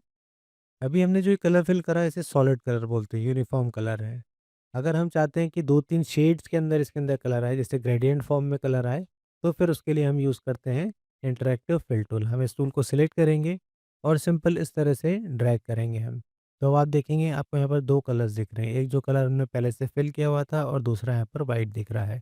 अब हम इस वाइट कलर को अगर चेंज करना चाहते हैं तो हम इसके ऊपर क्लिक करेंगे, तो आपको यहाँ पर एक ड्रॉप डाउन दिखाई देगा, यहाँ से आप क्लिक करेंगे तो अब आप कलर को चेंज कर सकते हैं। सेम उसी तरह से अगर हम इस कलर को चेंज करना चाहते हैं, इस पर क्लिक करेंगे और यहाँ से हम कलर को चेंज कर देंगे, राइट? और उसके बाद में आप इसे इस तरह से रोटेट भी कर सकते हैं, जिस भी डायरेक्शन में आप रोटेट करना चाहें। और कलर्स को आप जितना पास में लेके आएँगे, देखिए दोनों कलर्स बिल्कुल क्लीन दिखाई देंगे आपको, मतलब उनकी जो एजेस है बिल्कुल सॉलिड हो जाएगी। और जितना आप दूर करेंगे कलर्स को, उतने कलर मर्ज होते जाएँगे एक दूसरे में, ब्लेंड होते जाएँगे, राइट? तो इस तरह से आप इसे मूव कर सकते हैं, रोटेट कर सकते हैं। अब उसके बाद में आपको यहाँ पर एक स्लाइडर दिखाई दे रहा है, अगर इसमें इस स्लाइडर को मूव करता हूँ, जैसे मैंने इधर मूव किया, तो जो येलो की क्वांटिटी है वो बढ़ती जाएगी। सेम उसी तरह से अगर हम इस साइड मूव करते हैं इसे, तो रेड की क्वांटिटी बढ़ती जाएगी। अब उसके बाद में अगर मान लीजिए आप और कलर्स इसके अंदर ऐड करना चाहते हैं, तो ये जो कलर की लाइन आपको यहाँ पर दिखाई दे रही है, इस लाइन के ऊपर आपको डबल क्लिक करना है, तो एक कलर ऐड हो जाएगा उसके ऊपर। और यहाँ से फिर जाके आप उस कलर को चेंज कर सकते हैं। आप बहुत चाहें जितने कलर्स इसके अंदर ऐड कर सकते हैं। हम वापस से यहाँ पर डबल क्लिक करते हैं और एक और कलर ऐड कर देते हैं हम यहाँ से। अब सेम वैसे ही अगर हम कलर्स को पास-पास में लेके आएँगे तो आप देखेंगे कलर्स की जो एजेस हैं वो बिल्कुल शार्प होती जाएगी और दूर करेंगे तो कलर्स बिल्कुल ब्लेंड होते जाएँगे और रोटेट भी हम कर सकते हैं। अब जो हमने कलर्स को ऐड करा है, इन कलर्स को अगर हमें डिलीट करना है, तो जैसा हमने ऐड करने के लिए डबल क्लिक करा था, सेम डिलीट करने के लिए उसी कलर के ऊपर आप वापस से डबल क्लिक कर दीजिए, तो वो वाला कलर डिलीट हो जाएगा। तो इस तरह से हम कलर्स को ऐड कर सकते हैं और डिलीट कर सकते हैं। अब हम अगर ऊपर देखें प्रॉपर्टी बार में, तो सबसे पहले अभी जो हमारा सिलेक्टेड कौन-सा है यहाँ पर फाउंटेन फिल, राइट? उसके पास वाला जो था वो यूनिफ़ॉर्म फिल, जो हमने सबसे पहले एक सॉलिड कलर जो हम फिल करते हैं यहाँ से भी, वो कौन-सा होता है? Uniform fill. अगर आप कुछ भी फिल को डिलीट करना चाहते हैं, सारे कलर को डिलीट करना चाहते हैं, तो हम फिर किसके ऊपर क्लिक करेंगे? नो फिल के ऊपर क्लिक करेंगे। तो जो आपका कलर है वो डिलीट हो जाएगा। हम अंडू करते हैं इसे वापस से। अब उसके बाद में जब हमने यहाँ पर सिलेक्ट किया फाउंटेन फिल, तो आप देखेंगे कि आपको यहाँ पर कुछ और ऑप्शंस दिखाई देंगे। ठीक है, ये किसमें आपको दिखाई देंगे? फाउंटेन फिल के अंदर। सेम जैसा हमने ट्रांसपेरेंसी टूल के अंदर देखा था, हमें 4 ऑप्शंस दिखाई दिए थे, लीनियर, एलिप्टिकल, राइट? सेम उसी तरह से यहाँ पर भी होगा, वहाँ पर ट्रांसपेरेंसी के लिए था और यहाँ पर वो फिल के लिए यूज़ होगा। तो जैसे कि अभी सबसे फर्स्ट यहाँ पर सिलेक्टेड है लीनियर फाउंटेन पेन। लीनियर मतलब कि एक लाइन में यहाँ पर कलर्स आपको इस तरह से दिखाई दे रहे हैं ऑन अ सिंगल लाइन। फिर उसके बाद में अगर हम सेकंड वाला यहाँ पर सिलेक्ट करते हैं एलिप्टिकल फाउंटेन फिल, तो अब ये राउंड फॉर्म में हो जाएगा। ठीक है? आप अगर आगे देखेंगे तो आपको यहाँ पर दिख रहा है रिवर्स फिल। रिवर्स फिल में क्या होगा? रेड कलर अभी यहाँ पर है तो वो यहाँ आ जाएगा, कलर्स एक्सचेंज हो जाएँगे। जैसे मैं इस पे क्लिक करता हूँ, ठीक है? तो अब देखिए अब कलर्स चेंज हो गए यहाँ पर।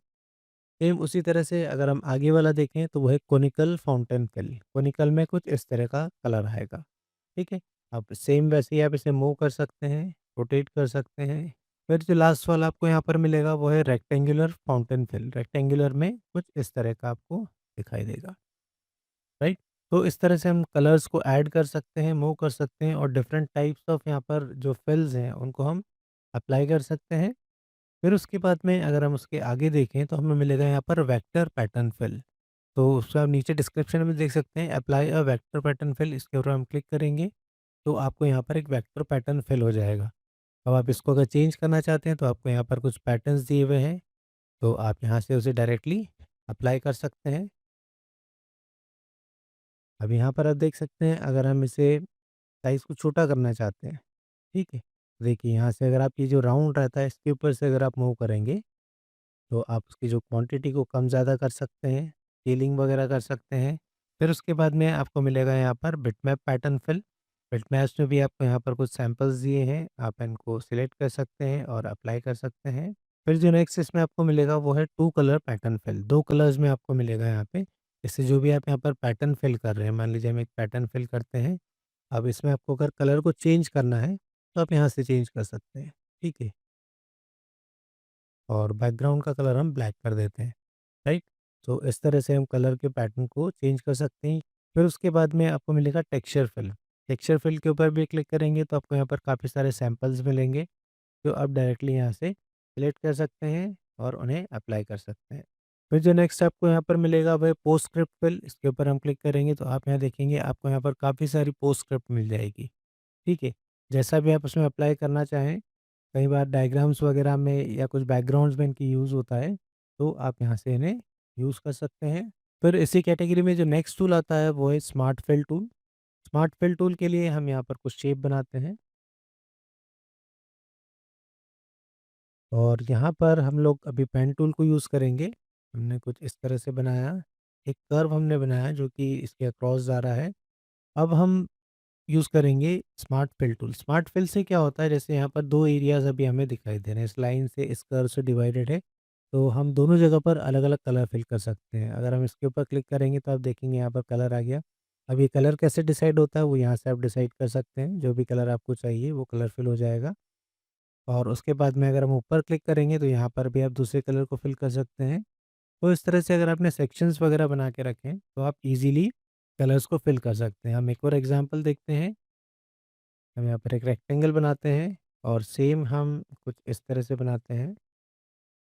तो आप देखेंगे आपको यहाँ पर काफ़ी सेक्शंस दिखाई दे रहे हैं। तो अगर हम यहाँ पर स्मार्ट फिल टूल को सिलेक्ट करते हैं तो हम अलग-अलग तरह से इस सेक्शंस के अंदर कलर फिल कर सकते हैं। ठीक है? कलर चेंज करना हो तो यहाँ से कर सकते हैं।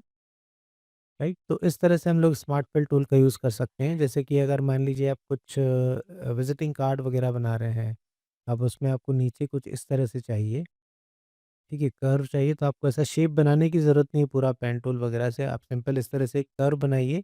उसके बाद में आप सिलेक्ट कर लीजिए स्मार्ट फिल टूल और नीचे आप कलर फिल कर दीजिए, ठीक है। तो इस तरह से हम लोग स्मार्ट फिल टूल का यूज़ कर सकते हैं। फिर इसी कैटेगरी में जो नेक्स्ट टूल आता है वो है मैश टूल, उसका शॉर्टकट की होता है एम। मैश टूल को जब आप किसी भी ऑब्जेक्ट यहाँ पर बनाएँगे और इसके ऊपर क्लिक करेंगे आप मैश टूल से, ठीक है? तो एक इस तरह का मैश आ जाएगा। अभी आप देखेंगे ये 2 बाय 2 का है, तो आप यहाँ से अगर ऊपर प्रॉपर्टी बार में देखेंगे तो आप इसे चेंज कर सकते हैं। हम इसे 5 बाय 5 का करते हैं, ठीक है? तो आपको इस तरह का मैश मिल जाएगा। अब उसके बाद में आप इस तरह से मैश टूल से ही आपको सिलेक्ट करना है, जैसे हमने इतने पॉइंट्स को सिलेक्ट कर लिया और आप यहाँ से कलर चेंज कीजिए। ठीक है? तो ये भी एक इंटरैक्टिव फिल कलर आप इस तरह से यूज़ कर सकते हैं क्रिएटिवली, जो भी कलर्स आप फिल करना चाहते हैं, जितने भी पॉइंट्स आप सिलेक्ट करेंगे वहाँ पर वो कलर चेंज होते जाएगा,